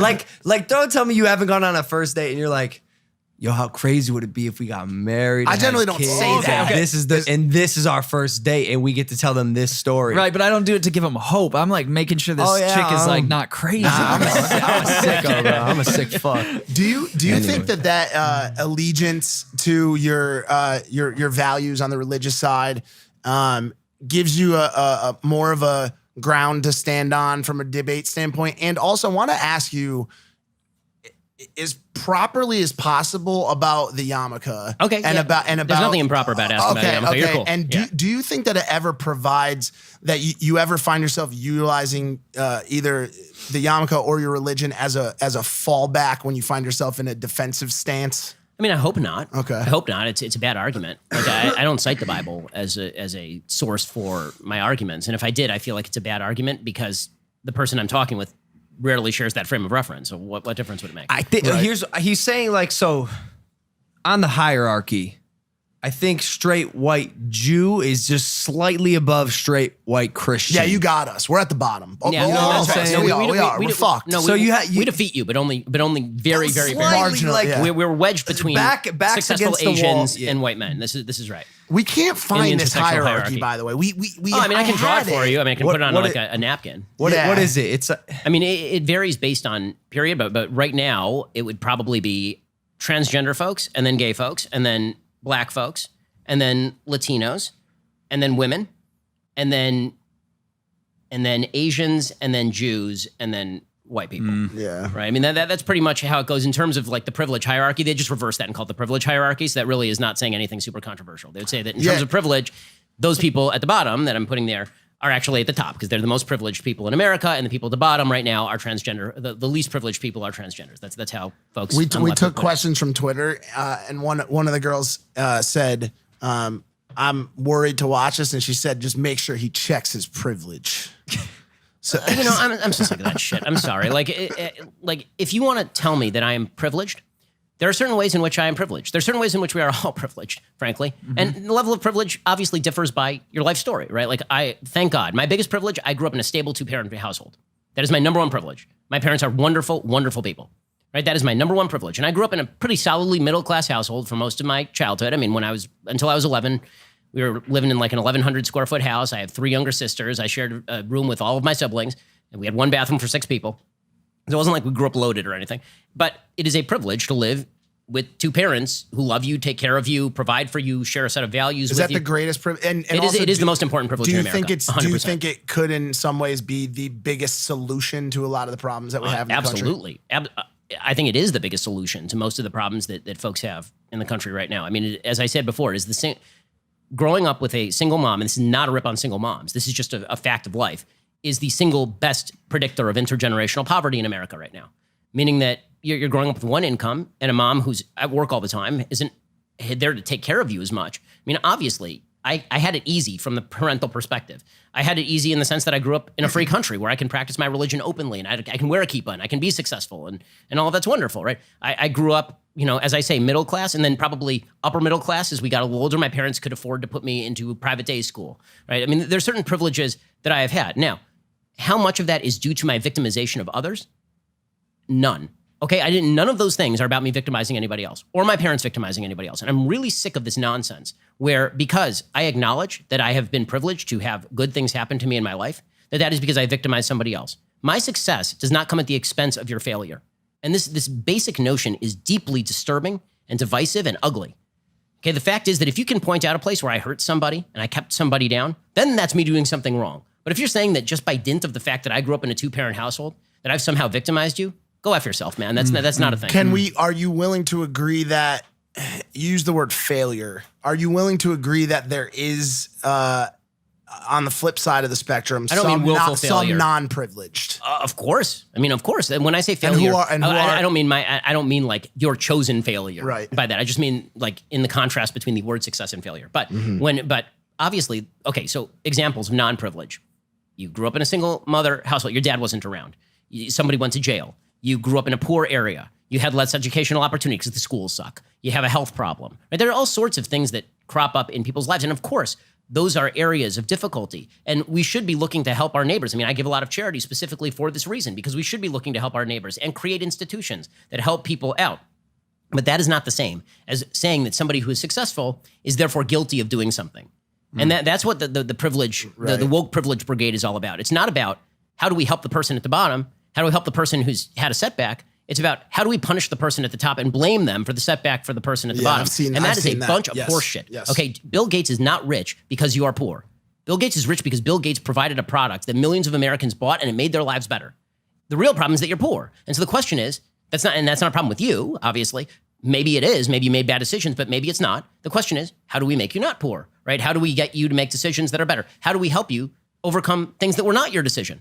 Right? It seems to me, this is why the whole conversation about income inequality to me is such nonsense.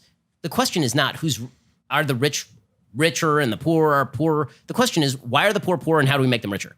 Why should I possibly care that you make a lot a lot of money? Like, this is absurd to me. I've in my life made some money, and I've made more money, and I made a lot of money. And guess what? I was the same human being. It didn't make me innately a worse person now that my income level is higher. And it didn't make me innately more generous or wonderful when I was poor. This is a bunch of nonsense. Are the rich doing enough to start to mitigate or work to help the socioeconomic issues that are causing those problems so that the poor can become richer? I mean, on a tax level, 100%. On a tax level, the rich are. What about on like an education level? So on an education level, the problem is not the amount of money that is being poured into the schools. The problem is lack of school choice. I mean, you know who used to agree with this was Elizabeth Warren, right? In 2003, she wrote a book called The Two-Income Trap. And in that book, Elizabeth Warren said that one of the big problems in America is that if you're stuck in a crap school district and you can't move your kid, you're stuck in a crap school district and you can't move your kid, and you can't afford to move to the suburbs because you're poor, right? So what do? Well, the answer would be that we give you some sort of school voucher so you can move your kid out of the crap school and into a better school. Right? I'm all for solutions. But like wouldn't that. everybody then just move their kid out of the crap school into the better school? Well, and then when you just have crap yes, schools and in it's the happening. suburbs? No, because if the question is what made the crap school a crap school? Was the crap school a crap school because the parent population was not doing enough? In which case it won't matter where you move your kids. Or was the crap school a crap school? This is the supposition because the teachers were not as good, because it was underfunded, because it was not run well, because the administration was a problem, because the rules were set differently. Right? So it allows that change, right? Is what you're talking about? More Because freedom is better. More choice is better. Right? Yeah. This is a good thing, right? It forces those systems to have to adapt and change This if is everybody's Spencer's leaving. specialty. He's been working at education doc for the past 6 years. He's about to do a cross country tour. He's met with some of the biggest educators, legislators in the education space. So this is right up his alley. Yeah. No, I mean, this is super important stuff. I mean, when you're talking big time. about increasing opportunity for people, the fundamental thing that you can do is stop trapping them in systems that are failing. And this is why it drives me nuts when, I don't know if you've been watching what's been happening in New York right now with Bill de Blasio and the education system, and the push by the New York Times to shut down a lot of the kind of gifted programs in New York, because they say, well, not enough minority kids are getting into the gifted programs, so shut down the gifted programs. It's like, why would you shut down the gifted programs? Why not focus on making the other schools non-garbage? Right. How about that? Like, why are we taking the schools that are doing well and we're like, well, shut those down because they're not diverse enough, and the schools that are more diverse, those are garbage. So we'll just put all those other kids back in the garbage schools, and then everything is fine. That's you didn't heal anything. That's What are you almost doing? exemplary of the system of like higher taxation on wealthy. It feels like it just blends down right to that kind of program. Like it feels very similar, like penalizing those that are performing better in a way to help the lower I performers. mean, the truth is that the United States tax system, the lie that the rich don't pay their fair share in America, is a lie. It is an absolute, abject, ridiculous lie. The United States has the most progressive individual income tax system in the West. It's not close. We have a much more progressive individual income tax system than anybody in Europe. Why? Because the taxes in Europe are sky high for people in the middle class. If you're making above 60 grand in Denmark, you're paying like 60% of your money in taxes. Yeah. Okay, in the United States, you really don't start paying heavy taxation until you make six figures. And then once you get up into the upper levels, you're paying like 50% of all the money that comes in. Right? Now, to me, does that spell the rich somehow screwing the poor? Or does that sound more like the rich are footing nearly the entire bill for everything? The tax burden in the United States is wildly disproportionately placed on people who are at the top of the income spectrum. So now, why I may think that is wrong, I do think that's wrong actually, but it certainly puts the lie to the idea that the rich aren't paying their fair share. I mean, I don't know how you're defining fair share, but when you pay 95% of all the net revenue to the government after you take out the benefits that you also receive from the government, because the rich don't get any benefits, and if you're middle class, you do get some government benefits depending on the governmental programs you're taking advantage of. According to the American Enterprise Institute, I don't know what the fair share looks like if you're paying like virtually all of the tax burden. It's kind of crazy. I was just gonna say, why are so many people so pissed about that then? Because it's always easy to be pissed at the person who's making a lot of money and to suggest that if you had his money, you'd be better off. I mean, I think that human beings are venal. I think that they're venal when they're rich. I think they're venal when they're poor. I think we're greedy when we're rich. I think we're greedy when we're poor. I don't think money makes people better. I don't think lack of money makes people worse. I think that human beings are innately flawed. I think we are sinful creatures. I think that we are nasty and greedy. I think we're also capable of doing incredible things. So money amplifies. Yeah, well, that's certainly true, right? I mean, I know a lot of wealthy people, and if I knew them before they were wealthy, if they were nice before they were wealthy, now that they're wealthy, many of them are much nicer because they have more ability to do nice things. Yeah. And if they were assholes before they were wealthy, they are massive assholes now that they're wealthy, right? I mean, it doesn't money just exacerbates. There's a phrase in Hebrew that you only know somebody, and the phrase in Hebrew is bekiso, bakaso, bakoso, which means when he's rich, bekiso is in his pocket, bakaso in his anger, or when he's drunk, bakoso. Like that's the only time you actually know somebody is when they have one of those three things. I think that's fairly true. But what's the happiest moment you've ever had in your life? Well, I mean, I have kids, so it's obviously the stock answer.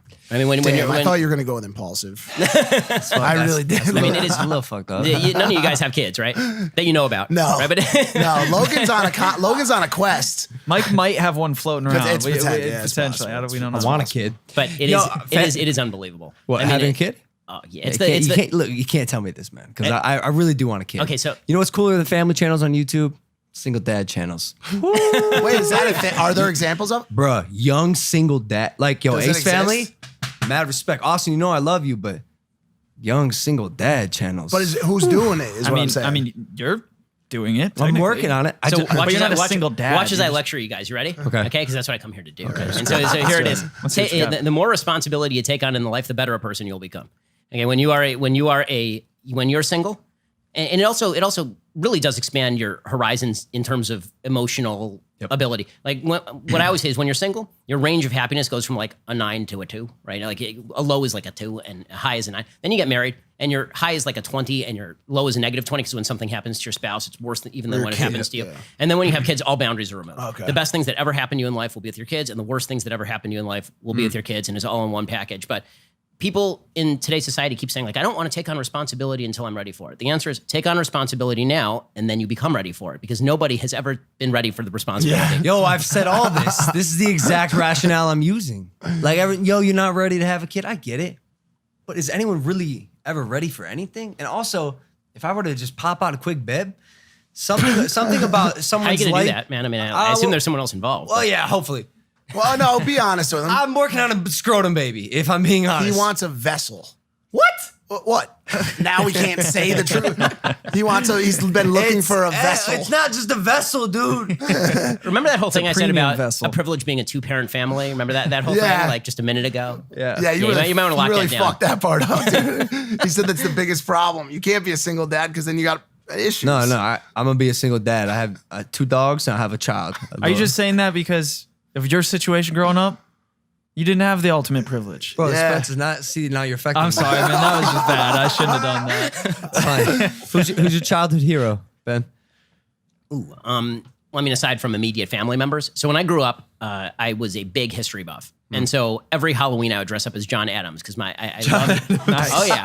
Have you ever seen the movie? Incredible. Look, I'm right out of the playbook, man. I mean, Is there a photo of this floating around? Oh yeah. Ben Shapiro, John Adams. I think they showed it on C-SPAN. See, that's the thing you got to respect about Ben is like he's not putting on some show. This is Ben, dude. I am just this irritating. No, it's not even that. It's just you wonder why I married my wife in 3.5 months. She's the only person who can stand me. And then I produce babies just so I can have friends. That's pretty much the story right there. The kids are your homies.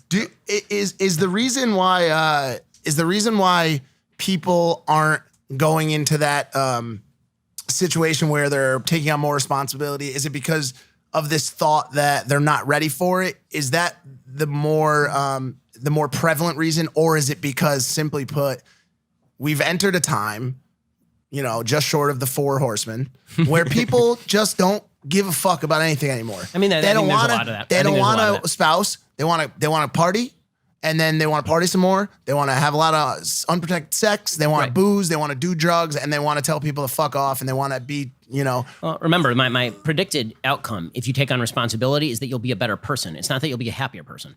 Okay, and I think that a lot of people believe that they are going to be less happy if they take on more responsibility, and there's truth to that, right? I mean, I can't go out every night with my wife the way that I would if we didn't have kids. But I think that a deeper level of happiness lies in living a good life. I mean, we're among men, so I think living a good, particularly for men, this is true, but I think it's true for women too. But for me personally, living a life as a man, being a man, is about taking on responsibility, fulfilling that responsibility, and then at the end of my life, recognizing that my duty was fulfilled. I fulfilled my potential because I fulfilled my duty. And I think that people are not concerned with that, or they put it off, and then very often it's too late, or they've shaped their characters in ways that they can't unshape particularly easily.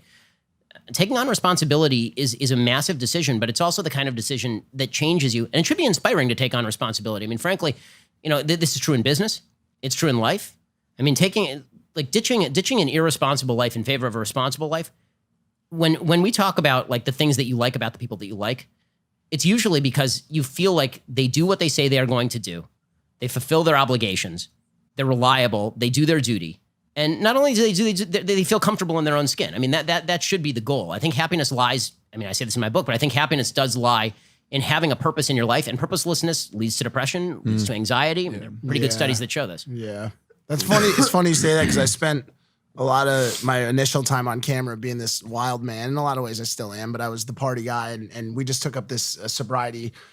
For him, it's a necessity because he's got to get ready for boxing. For me, it was a challenge. I'm going to join my best friend in this hunt for sobriety. And like 35 days in, and I've started to already like kind of reshape my narrative when it comes to the content I produce and talk more about mental health. And I thought everyone was so interested in watching me be a jackass and like party and shit. And then I realized everybody was 50 times more interested in stuff that added value to their lives. And so it's your point about responsibilities. It resonates. Mm-hmm. It does.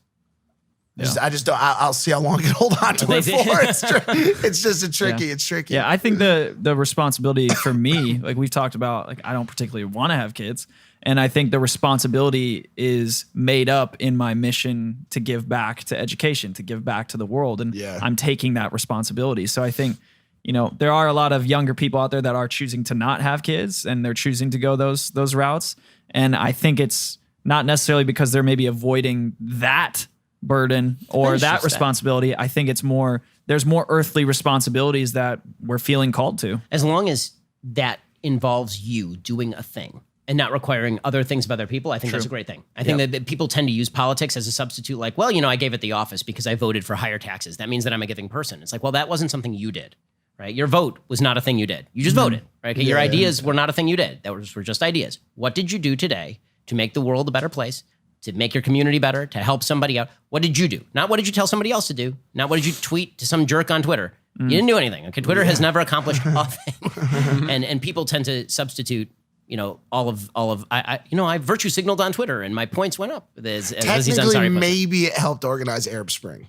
Maybe. Yeah, and then it turns out that all the people, but those were people who were actually living on the ground, undertaking that was an actual risk, right? I mean, if you're living in Tunisia and you're like, this dictator needs to go, you're undertaking a risk. If you're living in New York, like, that dictator does need to go, you're just an asshole. Nothing's gonna happen.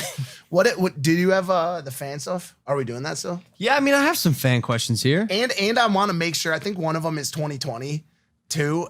One, I had a question from back home from someone. Can you ever see yourself running for a major political office? When I was younger, the answer was yes. Now it just looks like so terrible in every possible way. Like I number one, I have kids, and that does actually change your mouth. Like I don't want to spend my time on the road. Like I used to speak on a lot more college campuses. I speak on fewer. I want to be home with my kids.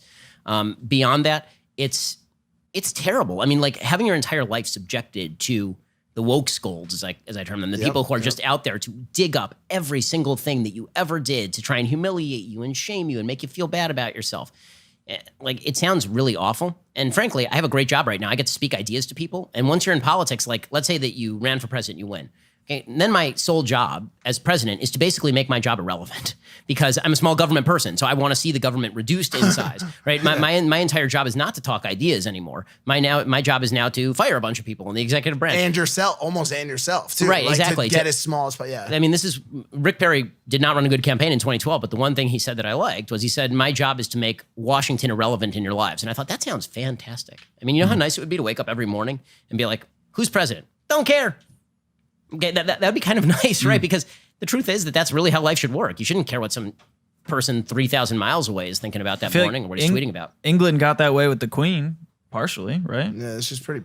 She's powerless too. I mean, there's a prime minister, obviously, right? Of course, but I'm just saying, like, they moved away from that model. I think. Well, this is one of the problems in America. There's a case for a monarchy in America, mainly for ceremonial purposes, because the president has become a ceremonial monarch, and the president should not be a ceremonial monarch. It's ugly. I hate the State of the Union address, for example. I think it's monarchic crap. He walks in and everybody's standing up and cheering. He's the president, and we play the music, and it's like the big thing. It's like, that's not what the president was supposed to do. He's literally there to command the army and the navy and then sign bills and then execute the laws. He's not there to be the boss of America. Like, every time I see any president, Trump, Obama, Bush, whenever I see them, there's like a hurricane, and then there's a picture of them sitting behind the FEMA desk, and it's like, really? What are you directing the resources? Is that what you're doing? Are you sitting there and you're moving all the pieces around like you're playing Stratego over here? Have you seen just Trump sitting there in a FEMA cap? Have you seen Trump talk about Category 5 hurricanes? Did you see that clip? Yeah, it was real and it was spectacular. Yeah, of course. Like, he's got like, there's been like probably 5 Category 5 hurricanes, and each time one comes out, he's like, "We've never seen one." So Trump, there's all the clips back to back. Yeah, it's never been anything like it. It's unbelievable, unprecedented. Category 5. We've never seen it before, it's ever. The greatest. Here's the thing. One of the things that does drive me nuts about the media and the political debate right now is we all know what President Trump is. Like, are we going to keep pretending that we're shocked anew every time one of these things happens? I stopped. Like, we all stopped in this house. But the media, every time it's like, Chiron, breaking news, Trump says dumb thing. It's like, oh, world ends. Oh, really? Is it a day ending in Y? Like, who cares? I was telling him last night about the time when he said he can go out on Fifth Ave and shoot somebody. Literally. Right. And everybody was like, oh my God, that's so terrible that he would say that. Okay, first of all, like, the man is basically a stand-up comedian. If you ever watched any of his rallies, he's not doing it like, this is why people are like, if Obama said the same thing, you'd be really mad. I'd be like, Right, because Obama is a politician who is intelligent and thinks through the things he says before he says them. Yeah. So if Barack Obama says a thing, I take it seriously. For the same reason that when my wife says something, I take it pretty seriously. When my 3-year-old says something, I don't take it seriously at all. Like why would I like this idea that I have to take Trump with the same level of seriousness in what he says as Barack Obama is asinine in the extreme. You would never do this in your life. But does that tolerance hurt us on a foreign scale, and also does it hurt the office of the president, and does that matter? So it's not good for the office of the presidency, right? I mean, I do not like the lack of decorum in the office of the presidency. I think that, as I said earlier, there's a friend of mine who writes for the New York Times actually and says that removing all the guardrails from rhetoric is a bad thing. And I kind of agree with that. I mean, the president is supposed to rhetorically uplift the country. And this is why when so many people on the right are like, but he's doing all these great things that you like, why aren't you more pro-Trump? And I'm like, well, the president really has 2 jobs, right? Job number 1 is to do a bunch of stuff. And job number 2 is to speak in a way that moves the country in a particular direction. And that I think Trump just doesn't do. But when it comes to, the sort of foreign affairs kind of stuff, I honestly am a foreign policy realpolitik guy in the sense that I think countries have their interests. They pursue those interests. I don't think what the president says has an extraordinary impact on the interests of foreign countries. Like, I don't think, if it did, then Trump's wheedling and kind of his needy stuff with Kim Jong-un would have stopped Kim Jong-un from firing off missiles. It doesn't, right? I mean, Trump is of the opinion that you can sort of kiss ass into people doing what you want them to do, mainly because I think a lot of people have actually done that to President Trump in the past, right? I mean, I think that people who are sycophantic to him do well by President Trump. And so he thinks, I'll extend that logic. I'll go be really, really nice to Kim Jong-un, and then we'll be best friends. And that's why he tweets like this, right? He sent me a beautiful letter, unbelievable. And it's like, well, no, Kim Jong-un's international interest did not change because he sent you a nice letter. He's an evil dictator who's keeping millions of people in a gulag, and he has an interest in maintaining his power source by developing nuclear weapons and missiles. I mean, that has not changed just because you're nice to him. So, or because Dennis Rodman goes exactly. But by the same token, when Trump says about him like he's Little Rocket Man, and people are like, "Oh my God, he called him Little Rocket Man. It's unbelievable." Okay, North Korea is not launching a nuclear war against the United States because Donald Trump said Little Rocket Man. Are you sure? Because that dude seems a little fucking off hinge. I am 100% positive because there's one thing that Kim Jong-un wants, and it's not to be killed in a nuclear annihilation. Right, that's literally the only thing he cares about. That's the only thing. He will murder his relatives. He will anthrax his relatives. He will strap people to anti-aircraft guns. The one thing he wants is to maintain power. And there's a very surefire way not to maintain power, and that is you fire a nuclear weapon at the United States. Okay, our military is not up for that. Yeah, to put it mildly. Did you say he straps people to anti-aircraft? He did that. Yeah, he shot one of his negotiators, I think, with an anti-aircraft gun. Yeah, this dude's a fucking maniac, dude. Yeah, he's probably the world's worst human being. Yes. 2020. Who has any chance? Because all right, first of all, is there a chance against Trump? Of course, yeah, 100%. Who is it? Biden is the best shot for them in general. I don't think he makes it through the primaries. So the best shot in a general. Let's say that you were a Democrat. The goal in politics is to make it very hard for people to vote for your opponent and very easy for people to vote for you. So Joe Biden doesn't make it hard for people to vote for Trump, but Trump makes it very hard for people to vote for Trump. I mean, that's Trump's unique gift, is that the people who love him, and the people who hate him hate his guts and would walk over broken glass to vote against him and will commit voter fraud to vote against him. Yeah. It's not a thing. People are not committing widespread voter fraud. In any case, I have to make that comment for Media Matters. In any case, the fact that Trump is always undercutting himself means that what the Democrats really should do is they should run a weekend at Bernie's campaign without Bernie Sanders, right? They should actually just wheel a corpse around. And the corpse should actually just not be animate in any way and just sits there. And then Donald Trump says something. He plays shot of the corpse. Back to Bernie's, back to Donald Trump, and people are like, "Oh, that Trump guy, I can't stand that guy." But this corpse over here, he seems kind of nice, right? and so you think of the Democratic candidates, which one is the closest to being a corpse, and you figure, okay, Joe Biden is kind of stumbling around out there. He doesn't seem totally with it. He's totally non-threatening, right? Nobody's looking at Joe Biden and being like, "That guy is going to totally remake America." Like, does he even know where he is right now? So he's non-threatening. So that being the case, that's why he's clocking Trump in the early polls in a lot of the swing states. There's a poll today showing him up about 9 points in Wisconsin. In national polls, he's up like 12. Okay, now, the other Democrats, it's a bit more dicey. Because if it's a referendum on Donald Trump, who is very off-putting, versus Kamala Harris, who is radical and also off-putting, or Elizabeth Warren, who is radical and not quite as off-putting as Kamala Harris, but certainly pretty radical, then it becomes a lot more of a competitive race. So all the Democrats, I've been saying this since the day Trump was elected. If Democrats want to win, all they have to do is one thing: not be crazy. That's it. That's the entire thing. And they can't do it. They can't do it. They do a 7-hour climate change town hall in which they declare that they're going to stop you from eating meat and they're going to ban plastic straws. Like, is that your path to victory, guys? Are you that confident to victory? Do they think that since Trump's path to success was going going fucking nuts, do you think that's inspiring them? Yo, we're gonna fight fire with fire in the primary. And go insane. So in the primaries, yes. In the general, no. This is why this is the problem for Democrats right now. Is in the primaries. Let's say you're a Democratic primary voter. And if you're a Democratic primary voter, again, you despise Trump. You think that he's horrible for the country. You think that he has all the worst things. He's Orange Hitler, the whole thing. And you're like, okay, who's going to clock that guy directly in the face? Who's going to get up there and just take it to him and be nasty to him and hurt him? And you look at the field and you're like, okay, well, Joe Biden is asleep. And all the other candidates seem like... Why is he bad? When did he get like that? He wasn't always so sleepy, was he? Sleepy Joe. It was, honestly, Trump, it is his gift. I mean, his gift... What do you think about him smelling girls' hair?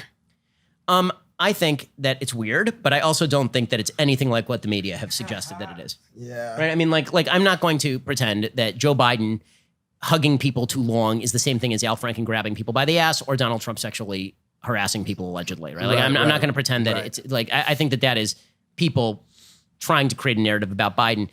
With that said, again, the election's actually going to be very simple. Is it a referendum on Trump or is it a referendum on the Democrats? If it's a referendum on Trump, he loses. If it's a referendum on the Democrats, they lose. The great lie of 2016 is it was a referendum on Trump and he won. So both the left and the right have bought into this and it's nonsense. 2016 was not a referendum on Donald Trump. It was a referendum on Hillary Clinton. For sure. Everybody thought that it was going to be about Trump is so toxic, he's so terrible, you can't vote for him, and that's why she'll definitely win. And then it turned out that it was actually a referendum on Hillary. And people weren't that into it. People didn't like Hillary.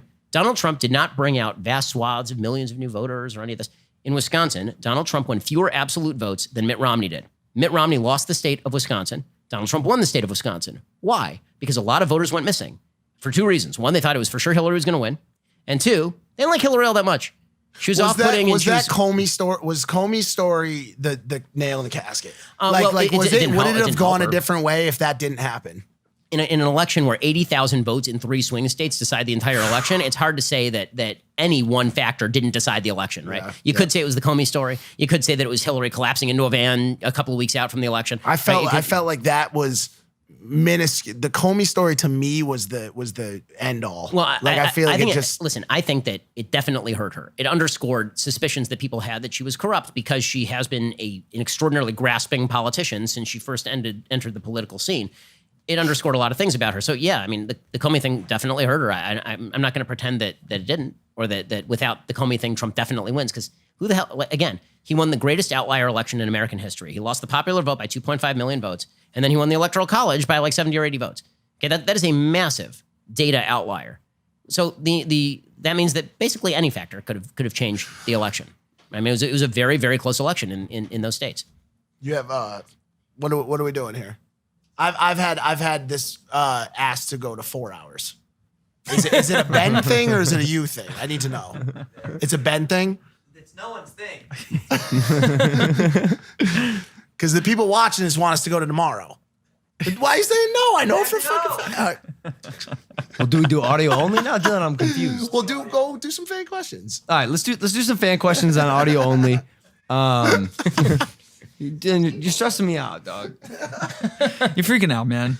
You're freaking out. Ben, thank you, bro. Thank you for coming on. Hey, thanks for having me. I appreciate of course, man. I wish I could have spoke more, but it's okay. I took up all the time. No, it's kind of your thing, and I enjoyed listening to you. Oh yeah, one quick question. Some people say you're they say you're not a smart guy. You're just a really dumb guy who talks fast and uses big words. What do you say to those people? Do you even acknowledge that comment? What's the metric, by the way? I mean, are we doing metric by like IQ? No, I don't know. Just like my educational background. I don't know. You have haters. I think that there are a lot of critiques that can be made of me. I will say that, like anyone else, I say the occasional dumb thing, and because I say more words, I probably say a lot of dumb things. I will say that for a lot of folks on the left, there's sort of a 3-pronged attack. Right? You're either stupid, or you're corrupt, or you're evil. So if the best thing can come up with is that I'm stupid, I can live with that.